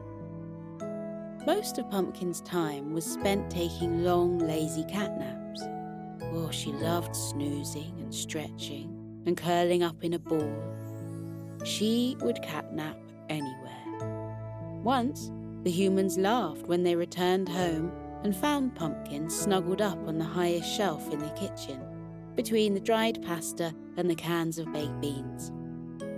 They couldn't imagine how she got up there. Sometimes, if there was a human around, Pumpkin would doze off on their lap, reaching her paws over her head and thrusting her big belly into the air, demanding tickles and pats. Pumpkin loved both of the humans in her house, but her very best human was Flo, the little girl who lived there. Flo and Pumpkin had so much fun together. They played with a bunch of feathers tied to a long piece of string, having Flo bob the feathers up and down and drag them across the floor as Pumpkin pounced and skidded along trying to catch them. They played with ping-pong balls, felt mice toys, and balls of yarn too. Pumpkin would spend a lot of her time in Flo's room, brushing against her ankles and getting in the way whilst Flo was dancing, sulking in the laundry basket if Flo ever trod on her tail. Whenever that did happen, Flo would scoop Pumpkin up in her arms and the two would waltz around the room together until Pumpkin was purring again. Flo was her very best friend, and she loved spending time with her. Flo was so kind and loving that Pumpkin even let her dress her up however she wanted. She had collected quite the collection of little hats for Pumpkin. A frilly bonnet, a pink cowboy hat, a set of sunshine yellow petals that turned her face into the centre of a flower, and a knitted beanie shaped like a strawberry. Each had little slits in them for Pumpkin's ears, and Flo would laugh and laugh when she put them on. Pumpkin felt quite silly in the hats, especially the frilly bonnet, but she put up with it just to hear the tinkling sound of Flo's giggles. Today, though, Flo was at school. Pumpkin could hardly understand why school was so important, but Flo had told her that she loved going to school, playing with her human friends, and learning about fizzy science experiments and faraway places. Pumpkin thought that since Flo enjoyed school so very much, she would just have to make do and stay home without her. Pumpkin had spent the morning eating kibble and batting the piece of toilet roll that dangled from its holder with her paw. She had walked tightrope along the back of the sofa and played football with a pair of Dad's socks for a while. Now it was time to indulge in her favourite activity. It was time to take a cat nap. Pumpkin climbed up onto the squishiest sofa cushion and began her wind-down routine. She kneaded the pillow for a while, stretching and wriggling each of her toes and making sure the pillow was plump and pliable. Then she hunched back on her back legs and stretched out her front ones, reaching as far as she could and splaying her paws. Next, she yawned possibly the biggest yawn any cat has yawned before, with her eyes tightly closed. Content, she turned around in a circle and curled up in a little ball, wrapping her extra fluffy tail around her body like a feather boa. 1 minute later, she opened her eyes again. Why was she still awake? She closed her eyes. Usually she would be snoring softly by now and dreaming of a land made of kibble. But she just wouldn't drift off. Maybe the sofa wasn't the right place for this afternoon's catnap. Pumpkin stretched her legs, uncurled her tail, and hopped onto the carpet. She click-clacked her way into the kitchen and through to the laundry room. Next to the dryer was a big wicker basket full of fresh laundry. Pumpkin pulled herself up to peer over the rim and sniffed. It smelt like fresh cotton and home. She looked in further. Dad had just washed his fluffy dressing gown. Perfect. She hunched down on her haunches and after 2 practice bounces, launched her round body up and into the basket. Pumpkin twisted herself up in a knot of fluffy laundry and plopped down on her belly. Lovely. It was very comfy and it smelled so clean. But something wasn't quite right. She had waited too long, and the laundry had lost the heat it had held when it first tumbled out of the dryer. Pumpkin lazed around in there for a while anyway, enjoying the comfy cocoon of the fresh towels and clean socks. Then she tumbled out of the basket and set out again in pursuit of her catnap. She trotted through the kitchen and toddled into the sunroom. She weaved through the potted plants and clambered up onto the windowsill. She passed the family photos, fondly patting a photo of Flo on the way by, and reached her favourite spot, in between the potted petunias and the begonias. She flopped down on her belly and stretched out. As she did so, the sun emerged from behind a fluffy cloud and began streaming its golden rays through the sunroom's large windows. Pumpkin sighed and emitted a deep purr as the warmth sunk into her fur. In the sun, her orange fur was lit up in all of its glory, in its many shades of orange, mainly tangerine, peach, and apricot. The smudges of white under her belly and on her chin glowed in the sun. She lazed around, enjoying the sun's rays, feeling warm, relaxed, and ever so sleepy.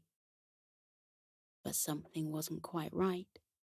The windowsill felt a little too hard to be comfortable today, and she kept having to roll and wriggle around.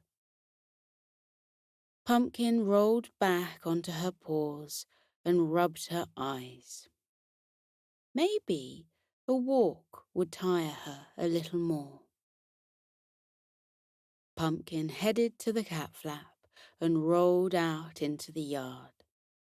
She trotted across the patio and headed into the shed for a while, sniffing at Dad and Flo's wellies and pawing at the jumbo bag of kibble he kept in there. Try as she might, she just couldn't poke a hole in the bag big enough to extract a cat biscuit. So she shrugged and headed out towards the garden. She sauntered around the grass, poking her head into the flower beds and tasting a few leaves. When she passed a holly bush in the corner, she heard a peculiar noise. It was a tap, tap, tap, and a click, clack, and the soft hum of a tune. Pumpkin furrowed her brow. Now, what could that be?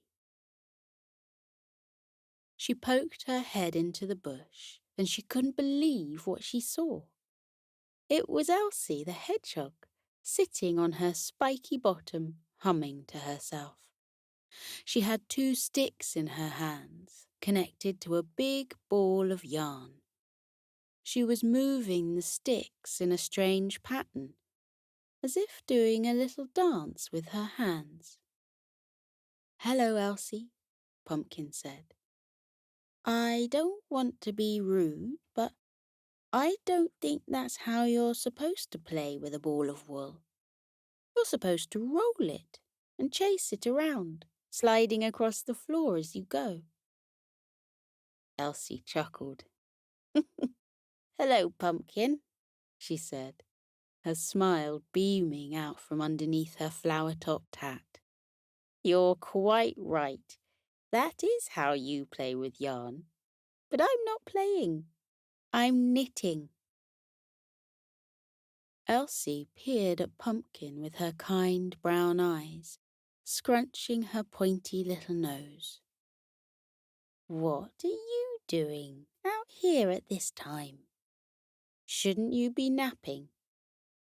Usually, I see you snoozing on the windowsill at this time, or napping in the flower beds. Pumpkin sighed. I just can't drift off today, Elsie. I just can't get comfortable enough.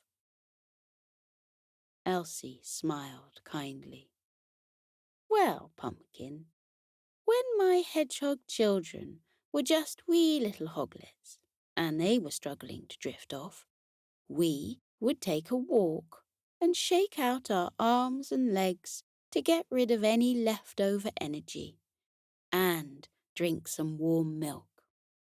Then we would all put on our fluffiest pyjamas, take some long, deep breaths, and think of calming thoughts until we all drifted off.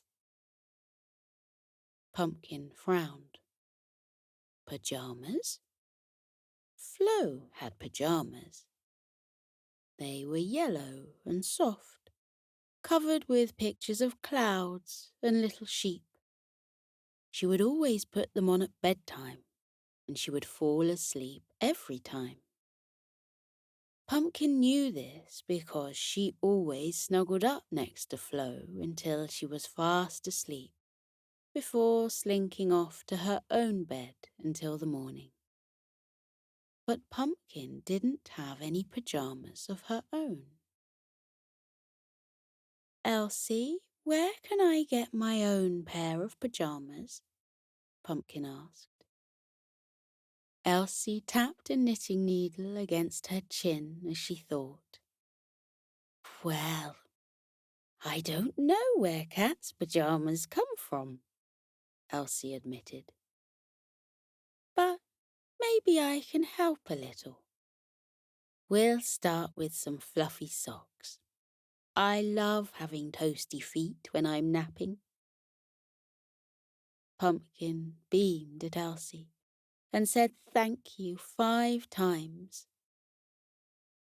She purred excitedly and held the yarn between her paws, unfurling it gently for Elsie as she clacked away with her needles. She fought against the temptation to throw the yarn in the air and chase it around the garden until it all unravelled into a big pile, waiting patiently whilst Elsie worked her magic. Elsie hummed as she worked, and Pumpkin joined in, bobbing her head back and forth. Little by little, the yarn turned into one big fluffy sock, then 2, then 3, then 4. Elsie tied the socks together with a ribbon and attached them to the back of Pumpkin's collar so she could take them back to the house without getting them dirty. Pumpkin did a little jig of happiness as she looked at her new socks and thanked Elsie again, giving her a careful cuddle, making sure not to prick her paws on Elsie's spines. Then Pumpkin emerged from the holly bush and into the sunshine, carrying her new socks on her back. Now, all she needed was some fluffy trousers and a comfy shirt. Where would she find those?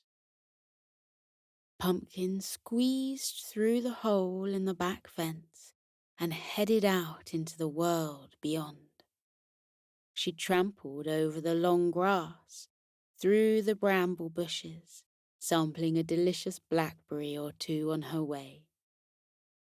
The garden backed onto a nature reserve, and it was one of Pumpkin's favourite places to explore.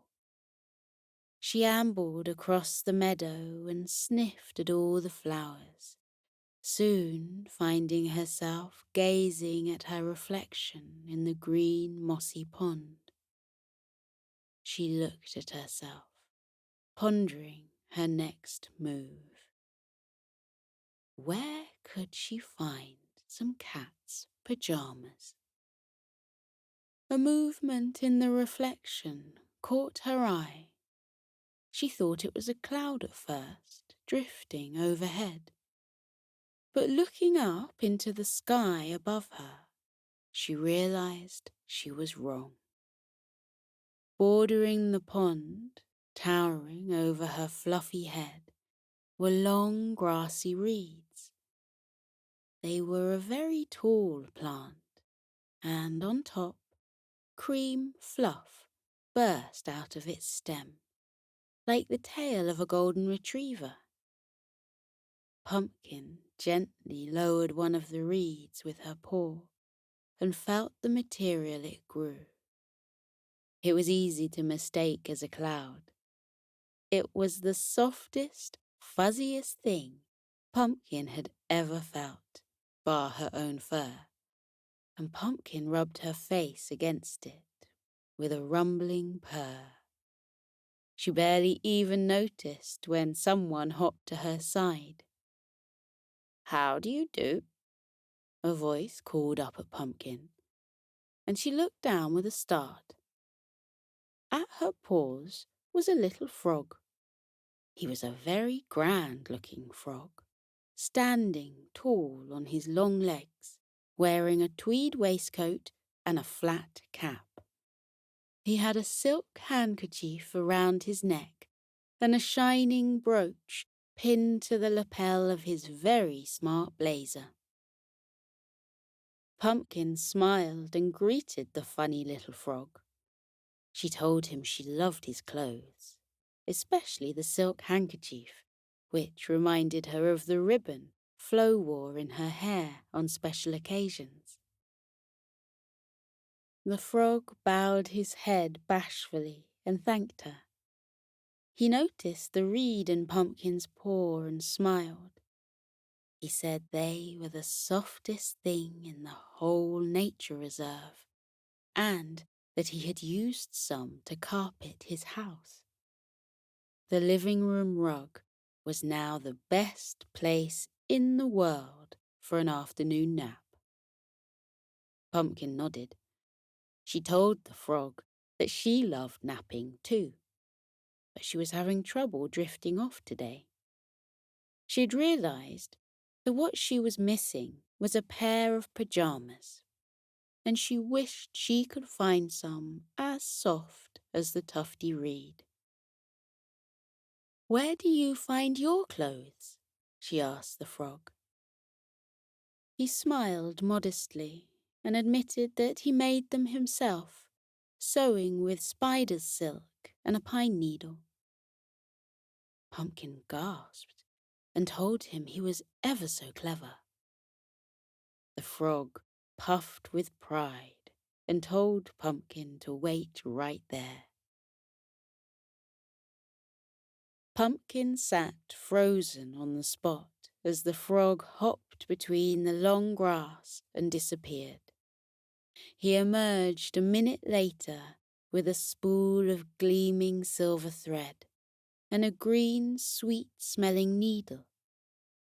He told Pumpkin that he believed everyone deserved a pair of fluffy pyjamas, especially a kind kitty like her, and he thought he had found the perfect material. Pumpkin beamed and clapped her paws in excitement, thanking the frog over and over again. The pair set to work, with Pumpkin gathering pawfuls of fluff and delivering them to the frog, who had stitched them carefully, his long, sticky tongue sticking out in concentration. Soon they had created the most beautiful pair of trousers, as light and soft as the clouds. Pumpkin bounded back over to the reeds and readied herself to pounce for more fluff. But there was none. Pumpkin looked worriedly over to the frog, who chuckled. Don't worry, the frog said. It'll grow back very soon. But today, there was only enough for your trousers. Pumpkin smiled. They're the best trousers in the world, she said. Thank you. She rolled them up tight, and the frog helped her attach them to the back of her collar. She said goodbye to the frog and promised to visit again soon, before padding off into the woods, searching for the last piece of the pyjama puzzle. Before long, she emerged into the park where people were walking their dogs, reading books on the lawn, and playing games like frisbee. As she passed, Pumpkin ran into the game, leaping up with her big paws and catching the frisbee expertly in her mouth. But then she placed it down gently on the grass and shook her head. She couldn't play right now. She was on a very important mission. As she passed the play park, a little boy ran over and asked if he could pet her. She was never too busy for that, so she nodded enthusiastically and rolled out on the grass to have her tummy tickled. The boy introduced himself as Percy, chatting to Pumpkin as he tickled her ears about spaceships and unicorns and anything else that popped into his mind. Soon, Percy noticed the very important items Pumpkin was carrying. He inspected the fuzzy socks and unrolled the trousers, exclaiming that they were the coziest trousers he had ever laid his eyes upon. Pumpkin smiled proudly. Percy furrowed his brows in thought. You have 4 cozy socks, he said, and some very fuzzy pyjama bottoms, but there's something missing. Percy thought for 3 more seconds before his eyes lit up like a light bulb had just illuminated in his mind. I know just what you need, he said. Wait here. Pumpkin froze again, vowing not to move a whisker until Percy returned. Percy ran back into the midst of the play park to collect his mum, and the two of them headed towards the car park, deep in conversation. Before long, Percy was back. In his hands, he had a soft, light blue jumper that looked as if it was made from the lightest candy floss. It was the perfect size for Pumpkin. This belongs to my teddy bear, Percy said. His name is Charlie. Charlie has so many clothes. I think he would want you to have this. He looks better in purple anyway. Pumpkin purred like a motor car and whizzed in figure eights around Percy's legs. It was perfect. She purred thank you to him, and Percy tucked the jumper into Pumpkin's collar. With a hop, skip, and a jump, and one last purred thank you, Pumpkin headed home. She hurried through the park, skipped through the nature reserve, and pranced through the garden in excitement. Through her cat flap she squeezed, and she padded through to the sitting room, where she flopped down on the sofa. That adventure was tiring. Pumpkin undid the ribbon attached to her collar, letting her new pyjamas fall onto the cushion. She admired them with a soft smile on her face, paws clasped to her heart. Then she carefully put on each fuzzy sock. They were striped in the most vibrant pinks and oranges, which perfectly complemented her fur. She curled her toes carefully as she put them on, so as not to snag the yarn with her claws. Then she sighed in contentment. Her little paws were so warm and cozy. She wriggled her toes in satisfaction. Then she pulled on her cloud-like trousers, smiling happily, letting her tail glide through the specially created hole and flicking it back and forth happily.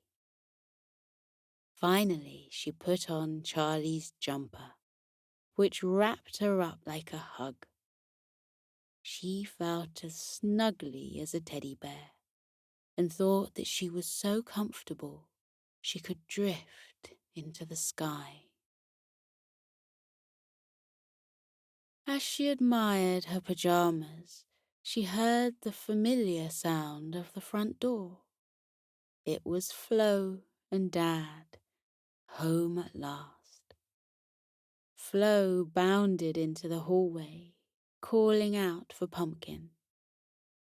"Pumpkin, you'll never guess what I made for you at school." Pumpkin pricked up her ears and turned to the door, waiting for Flo to tumble through. Soon, Flo found her and gave her a tight squeeze. She noticed Pumpkin's beautiful new pyjamas and complimented them profusely. She said it was good that Pumpkin had found her pyjamas today, as Flo had brought the perfect finishing piece to her outfit. From behind her back, she produced a little something made of soft, floppy felt. It was a carefully crafted nightcap that drooped to a point and ended with a fluffy white pom-pom. It was covered with the daintiest embroidery, the shape of tiny crescent moons. Flo had made it in art class. She put it on Pumpkin's head. It fit perfectly, wrapping her furry head snugly, leaving space for her ears to poke through, so she could still hear Flo's voice. Pumpkin's heart glowed. Her pyjamas were complete. Before long, Flo had put on her own pyjamas and curled up on the sofa with her favorite book. Pumpkin curled up contentedly on her lap, with her fluffy little ears poking through her nightcap. Every inch of her body covered in soft, fuzzy material. She looked less like a pumpkin and more like a cloud. As Flo absent-mindedly stroked her ears, Pumpkin drifted off into a long, deep catnap, dreaming and floating through the starry sky, purring softly. The Slumberjack by Jane Thomas.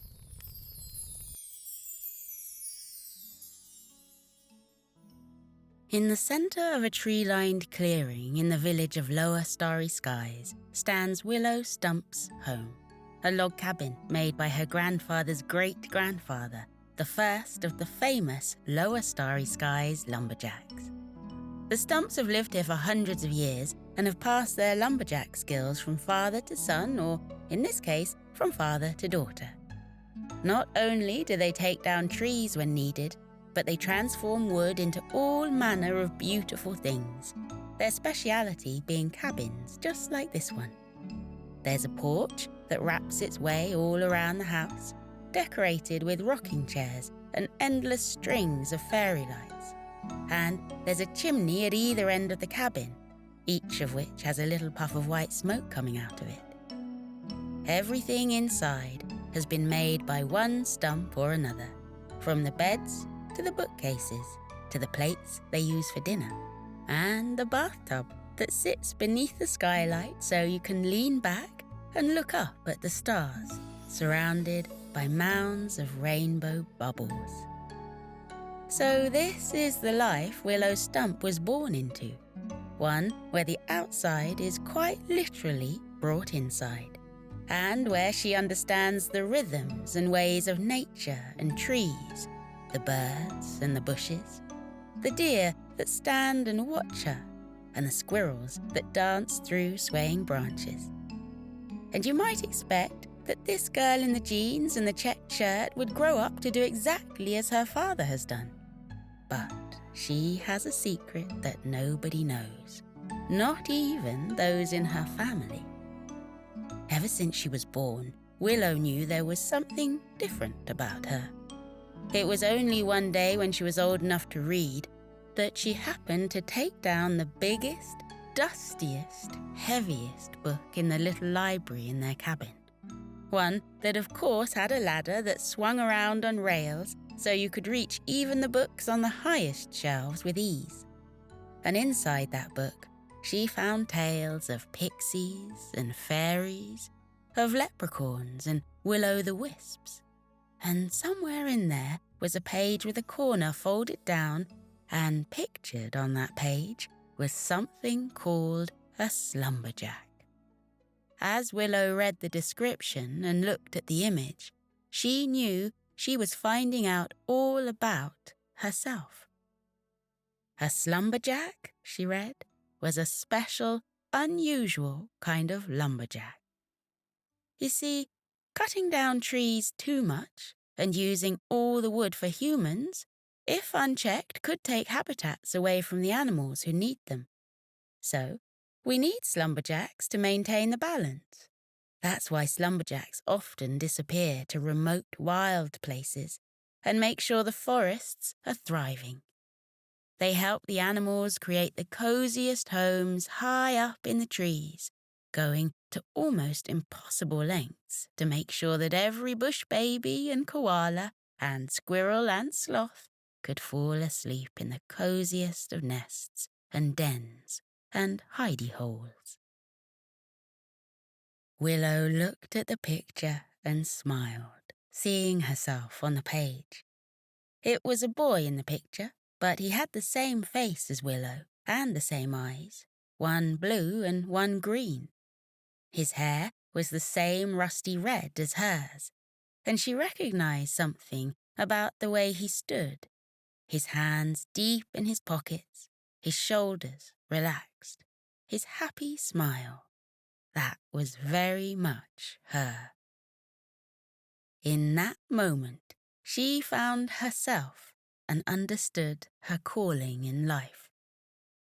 Now, it's all very well finding out that you're supposed to be a slumberjack and your purpose is to disappear to remote places, but remote places are, well, remote. Animals tend to live away from humans in our hustle and bustle. It was when Willow was 10 years old that she realized that Aunt Tilly, the mysterious, wise lady of the village, who everyone called their auntie, whether they were actually related or not, certainly had a lot of secrets hidden behind her smile, and might be able to help her fulfill her slumberjack destiny. It was a difficult topic to bring up one afternoon over tea. They were sitting in Aunt Tilly's garden on a picnic rug, Willow stringing daisies together to make a chain, when she suddenly put down the flowers, took a deep breath, and bravely announced, "I think I'm not supposed to be a regular lumberjack like my family, making things for humans. I think I'm supposed to be a slumberjack." She blurted it out all of a sudden, and then turned bright red and went back to her daisies. "But of course you are, dear," said Aunt Tilly, quite unfazed by the announcement. "I knew that the moment you were born." Willow dropped the daisies, taken quite by surprise for a moment, and then realizing in the next that, of course, Aunt Tilly of all people would know such a thing.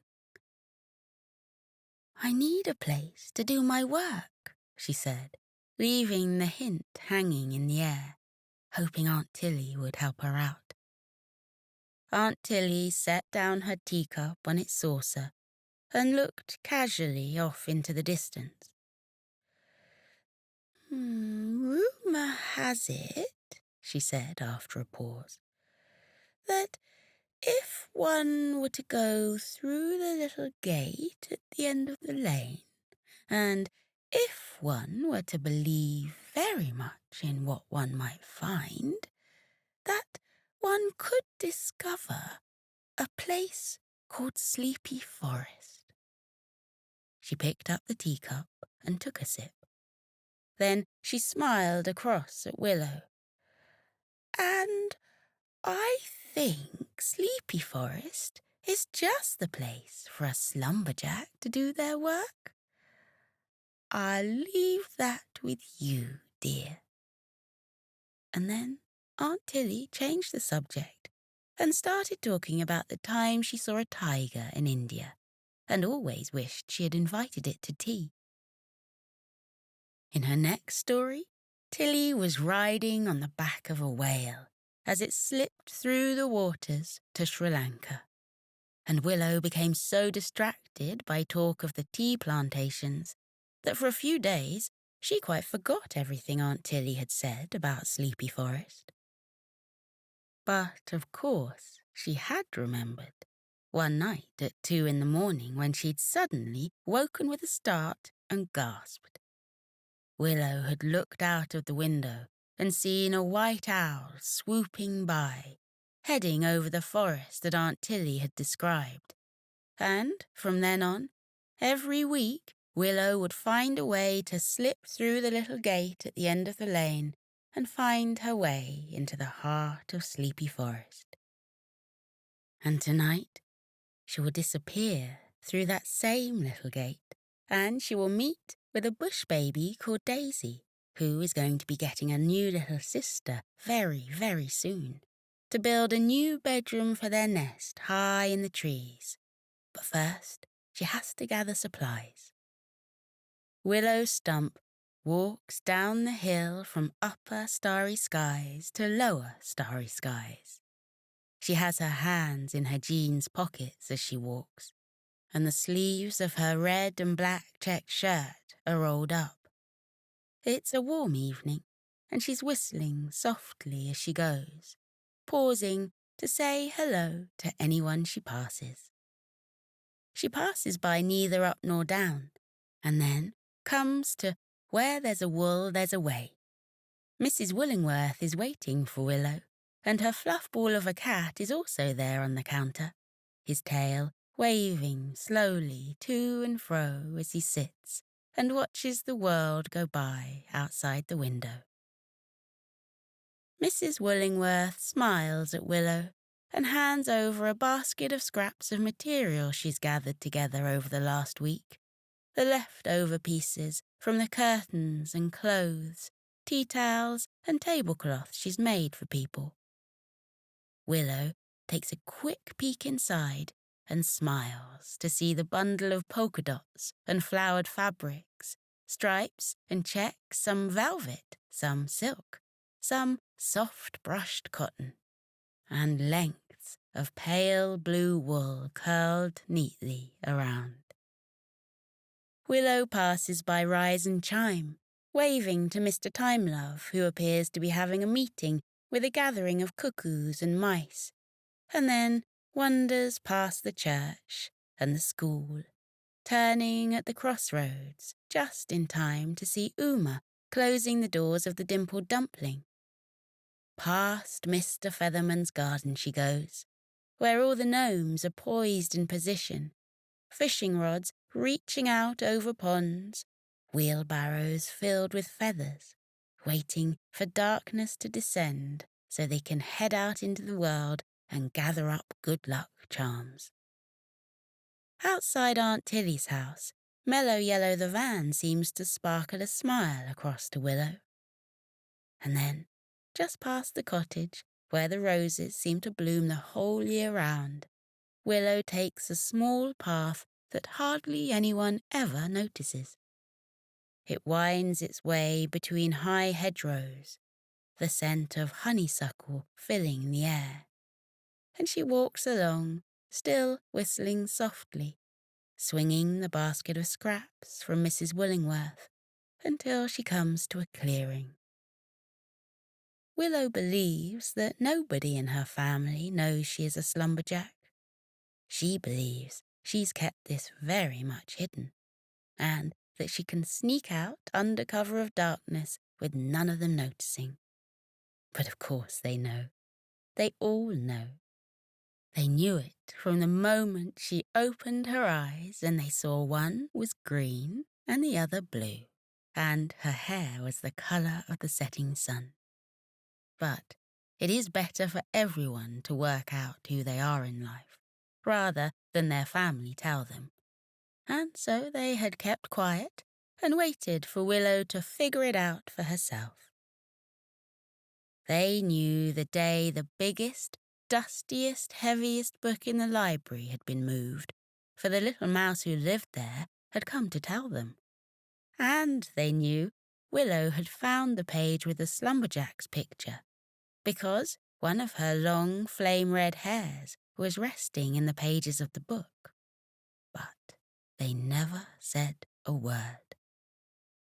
So later that night, as Willow slips out of the house with her basket, believing that everyone thinks she's fast asleep in her bed, she holds her breath as she tiptoes past her grandfather in the rocking chair on the porch, who is busy pretending to be very, very asleep. She stops for a moment when she steps on a twig that snaps, the sound suddenly seeming so loud in the absolute quiet of the night. But no lights turn on, and the rocking chair doesn't move, and she believes that once more she's leaving for her mission with nobody knowing. Willow goes down the path that winds its way between the high hedgerows and emerges onto the little lane. She sees lights twinkling in Aunt Tilly's house and imagines the tiny old lady sitting with a book late into the night, not knowing that she too keeps an eye out for the little slumberjack on the night she heads into Sleepy Forest. The gate creaks a little, and Willow frowns, reminding herself to bring a can of oil next time. And then it is closed, and Willow is heading down the path that rises to the left and dances to the right, and heads across a little bridge over a stream made silver in the moonlight. And at the meeting place, beneath the old oak tree, there is Daisy, the bush baby, waiting patiently for Willow to arrive. They greet each other with hushed voices, not wanting to wake any of the folk who are busy in their dreams in Sleepy Forest, and head hand in hand towards the pine tree where Daisy and her family live, It's an easy tree for Willow to climb, one with big, strong branches that reach out from the trunk just a few inches apart from each other. So it's as easy as climbing the ladder in the library at home for her to go high, high to the top of the tree. And there is the bush baby's home, one that Willow made a few years before. It's almost perfectly round, made from thin strips of wood that Willow cut and shaped and bent. One of the finest little homes she's built. There is a large round hole that serves as a door, and smaller round holes that act as windows. And from the top, Willow notes with a smile is a little puff of white smoke coming from the chimney. Curtains are drawn at all the windows and across the door, and Daisy disappears inside to wake her father.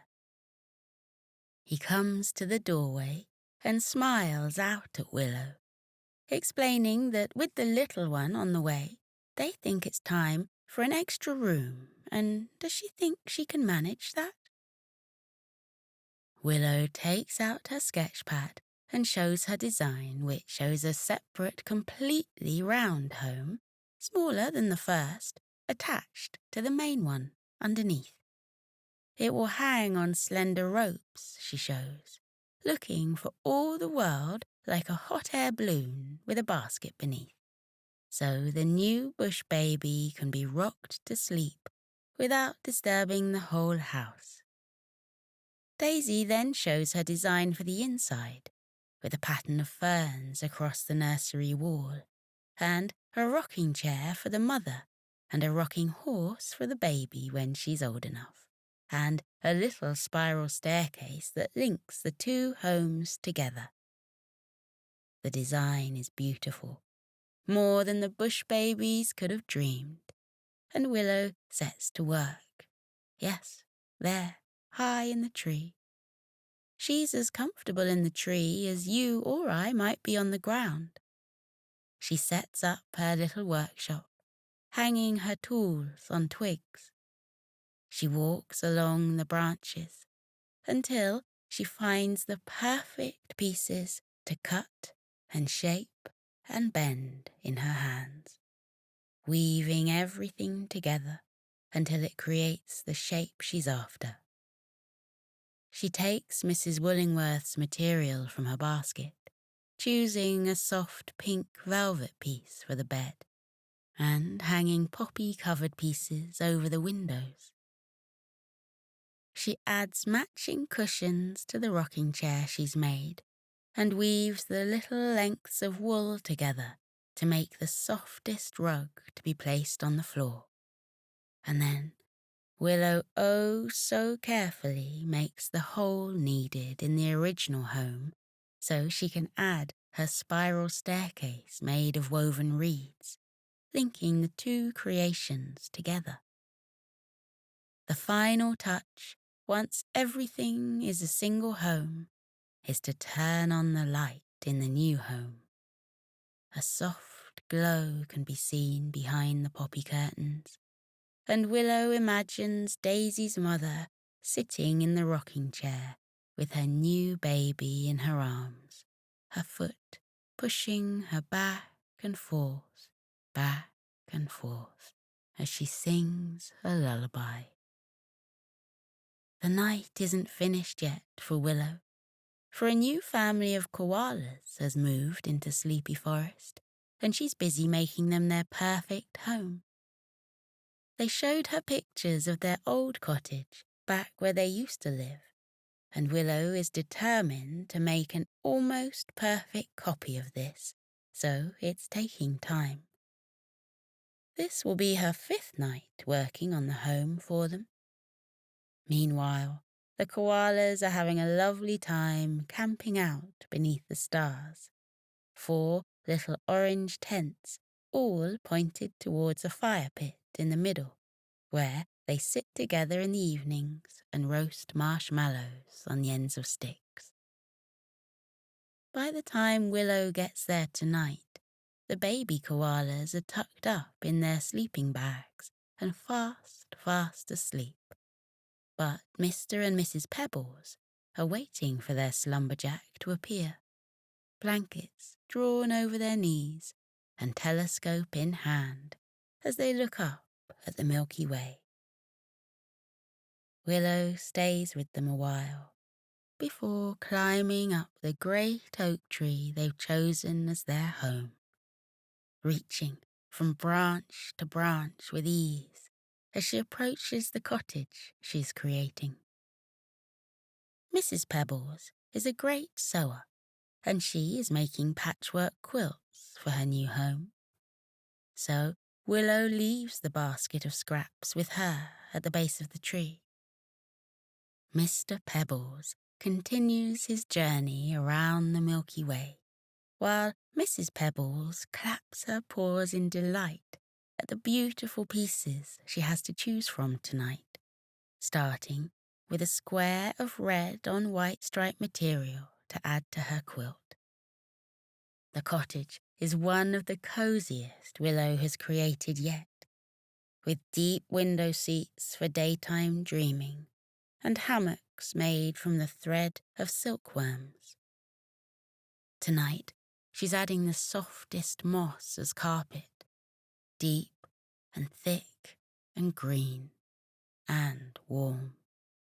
And on one of the walls, she's painting the words of a poem she found. Twinkle, twinkle, little star, she paints slowly and carefully, her face screwed up in concentration.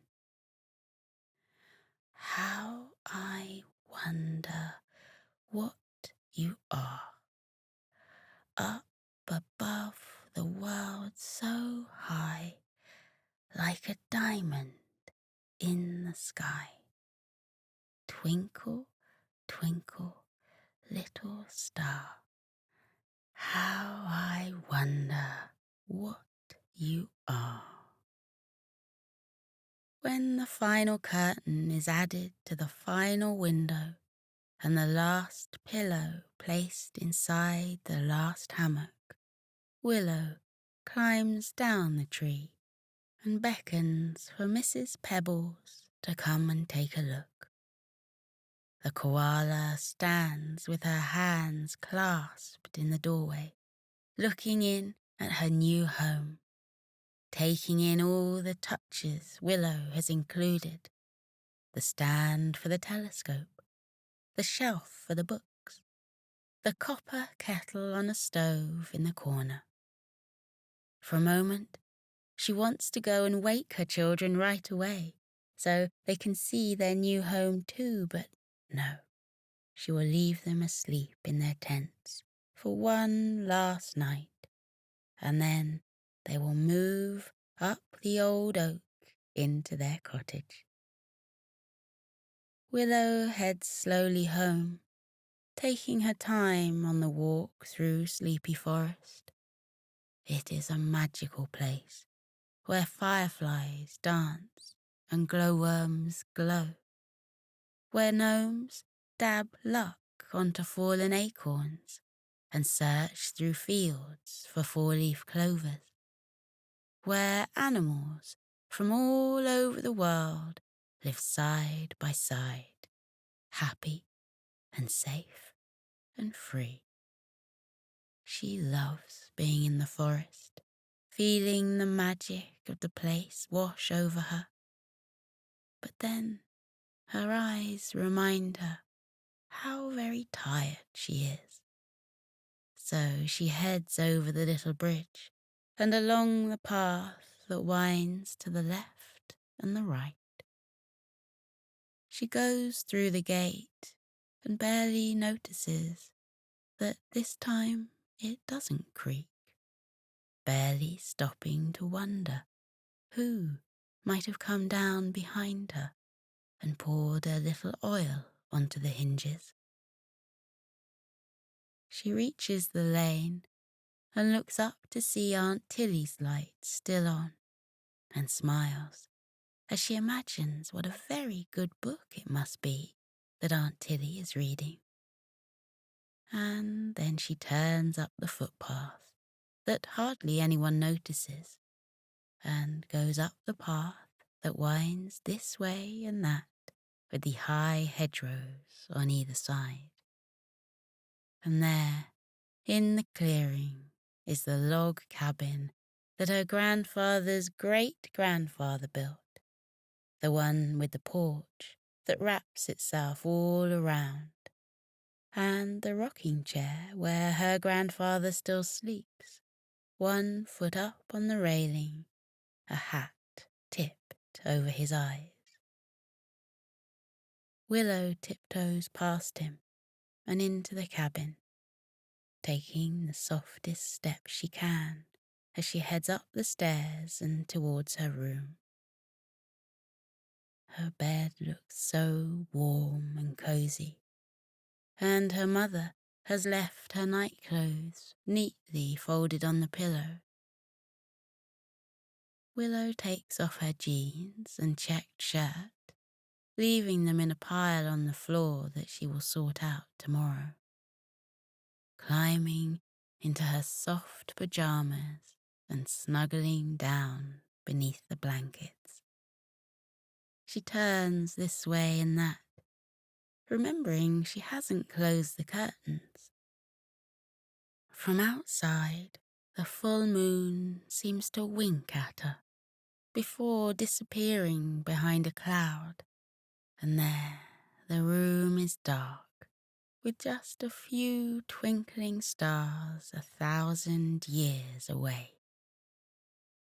Willow thinks of the bush babies tucked away in their perfect round ball of a home, and the cottage waiting for the koalas who are wrapped up in their sleeping bags in their little orange tents around the campfire, and Mrs. Pebbles sitting and sewing the final squares onto her patchwork quilt. And the Slumberjack sighs happily as she falls asleep, imagining looking through a telescope at the silver sweep of the Milky Way and seeing a single star up above the world so high, like a diamond in the sky.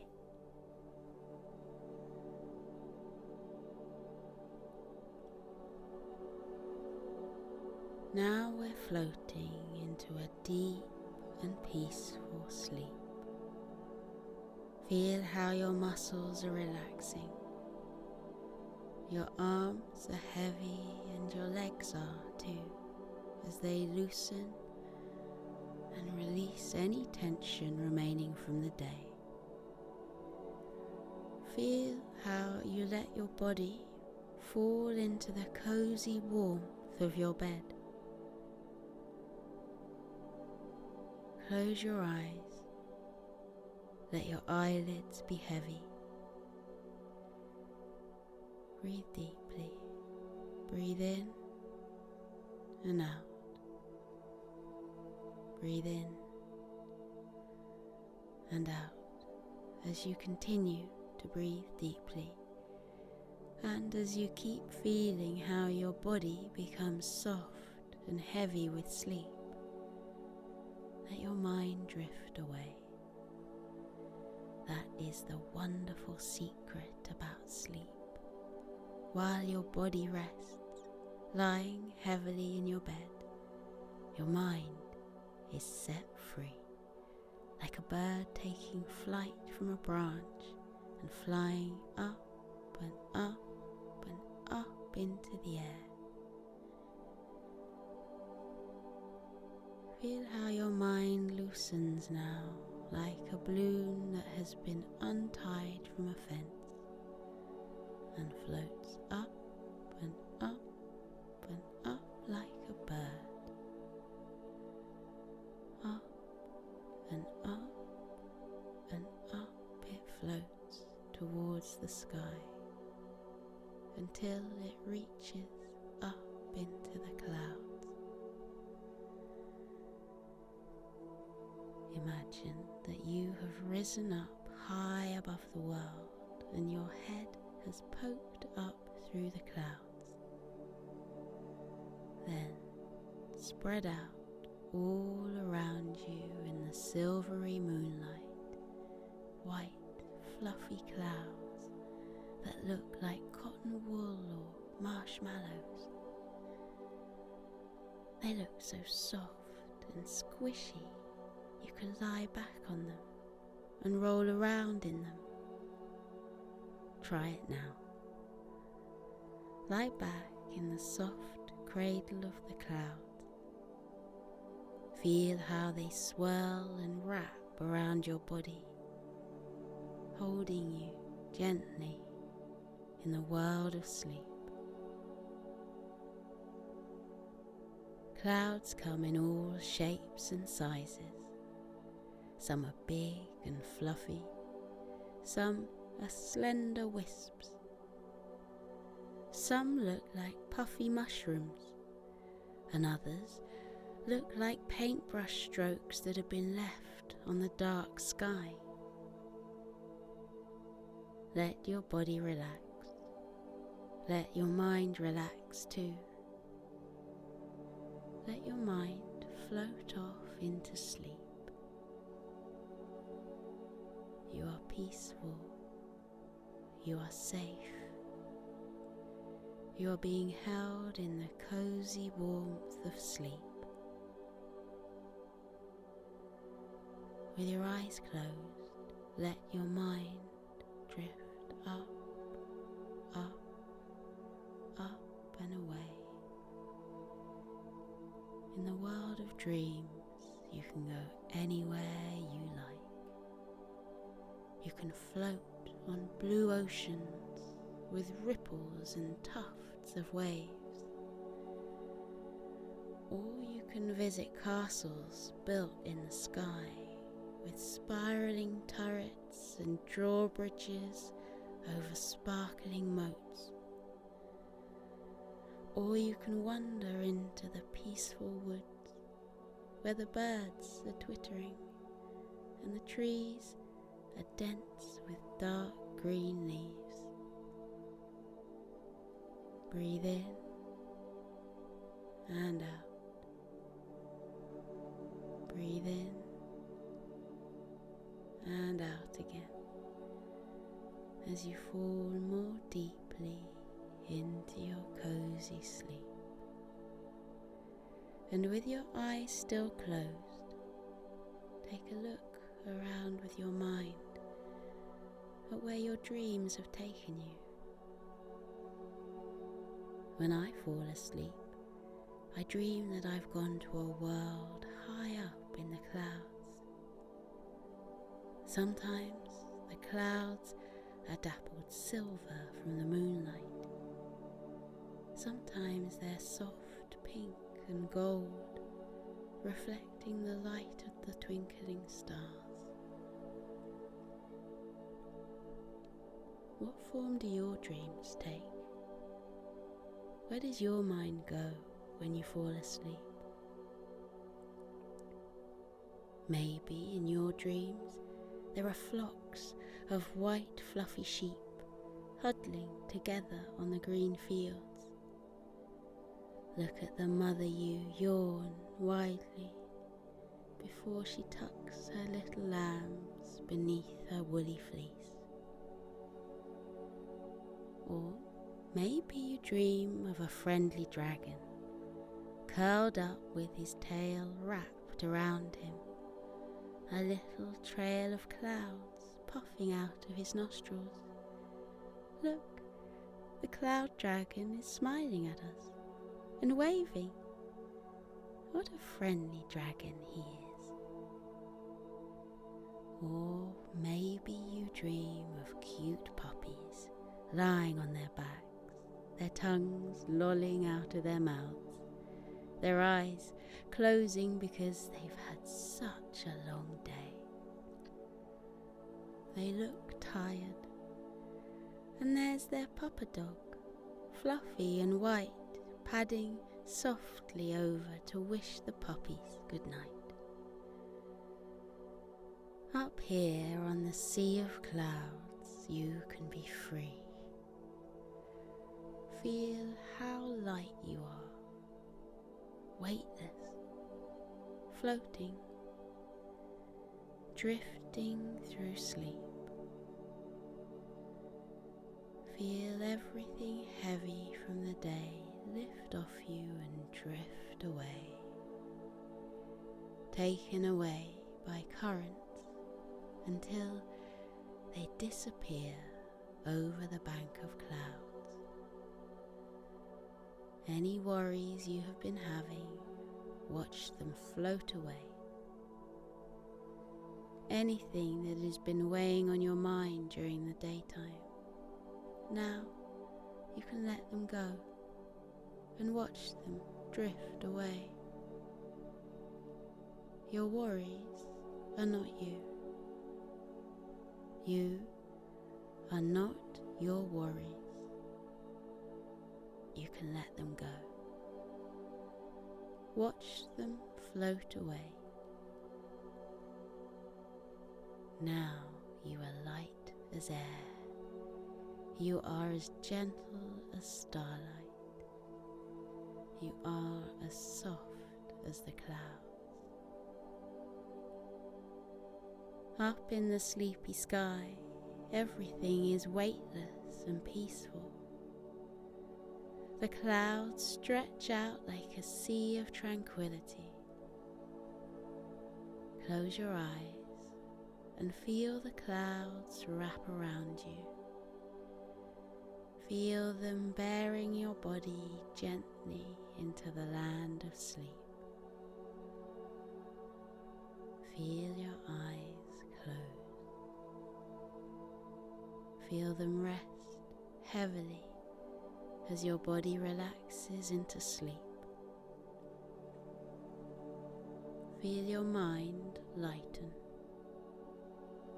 Feel it loosen and drift away, light as a feather, soft as the clouds.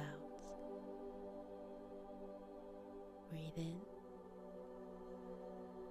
and out. Breathe in and out. The world of clouds is waiting for you.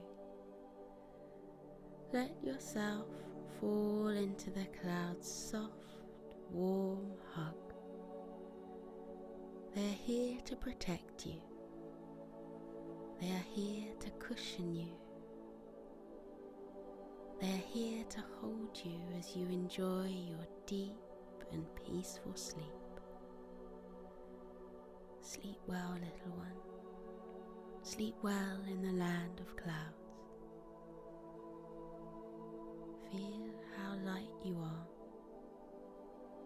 Feel how weightless, floating, drifting through sleep. Light as air, gentle as starlight, soft as clouds. Good night.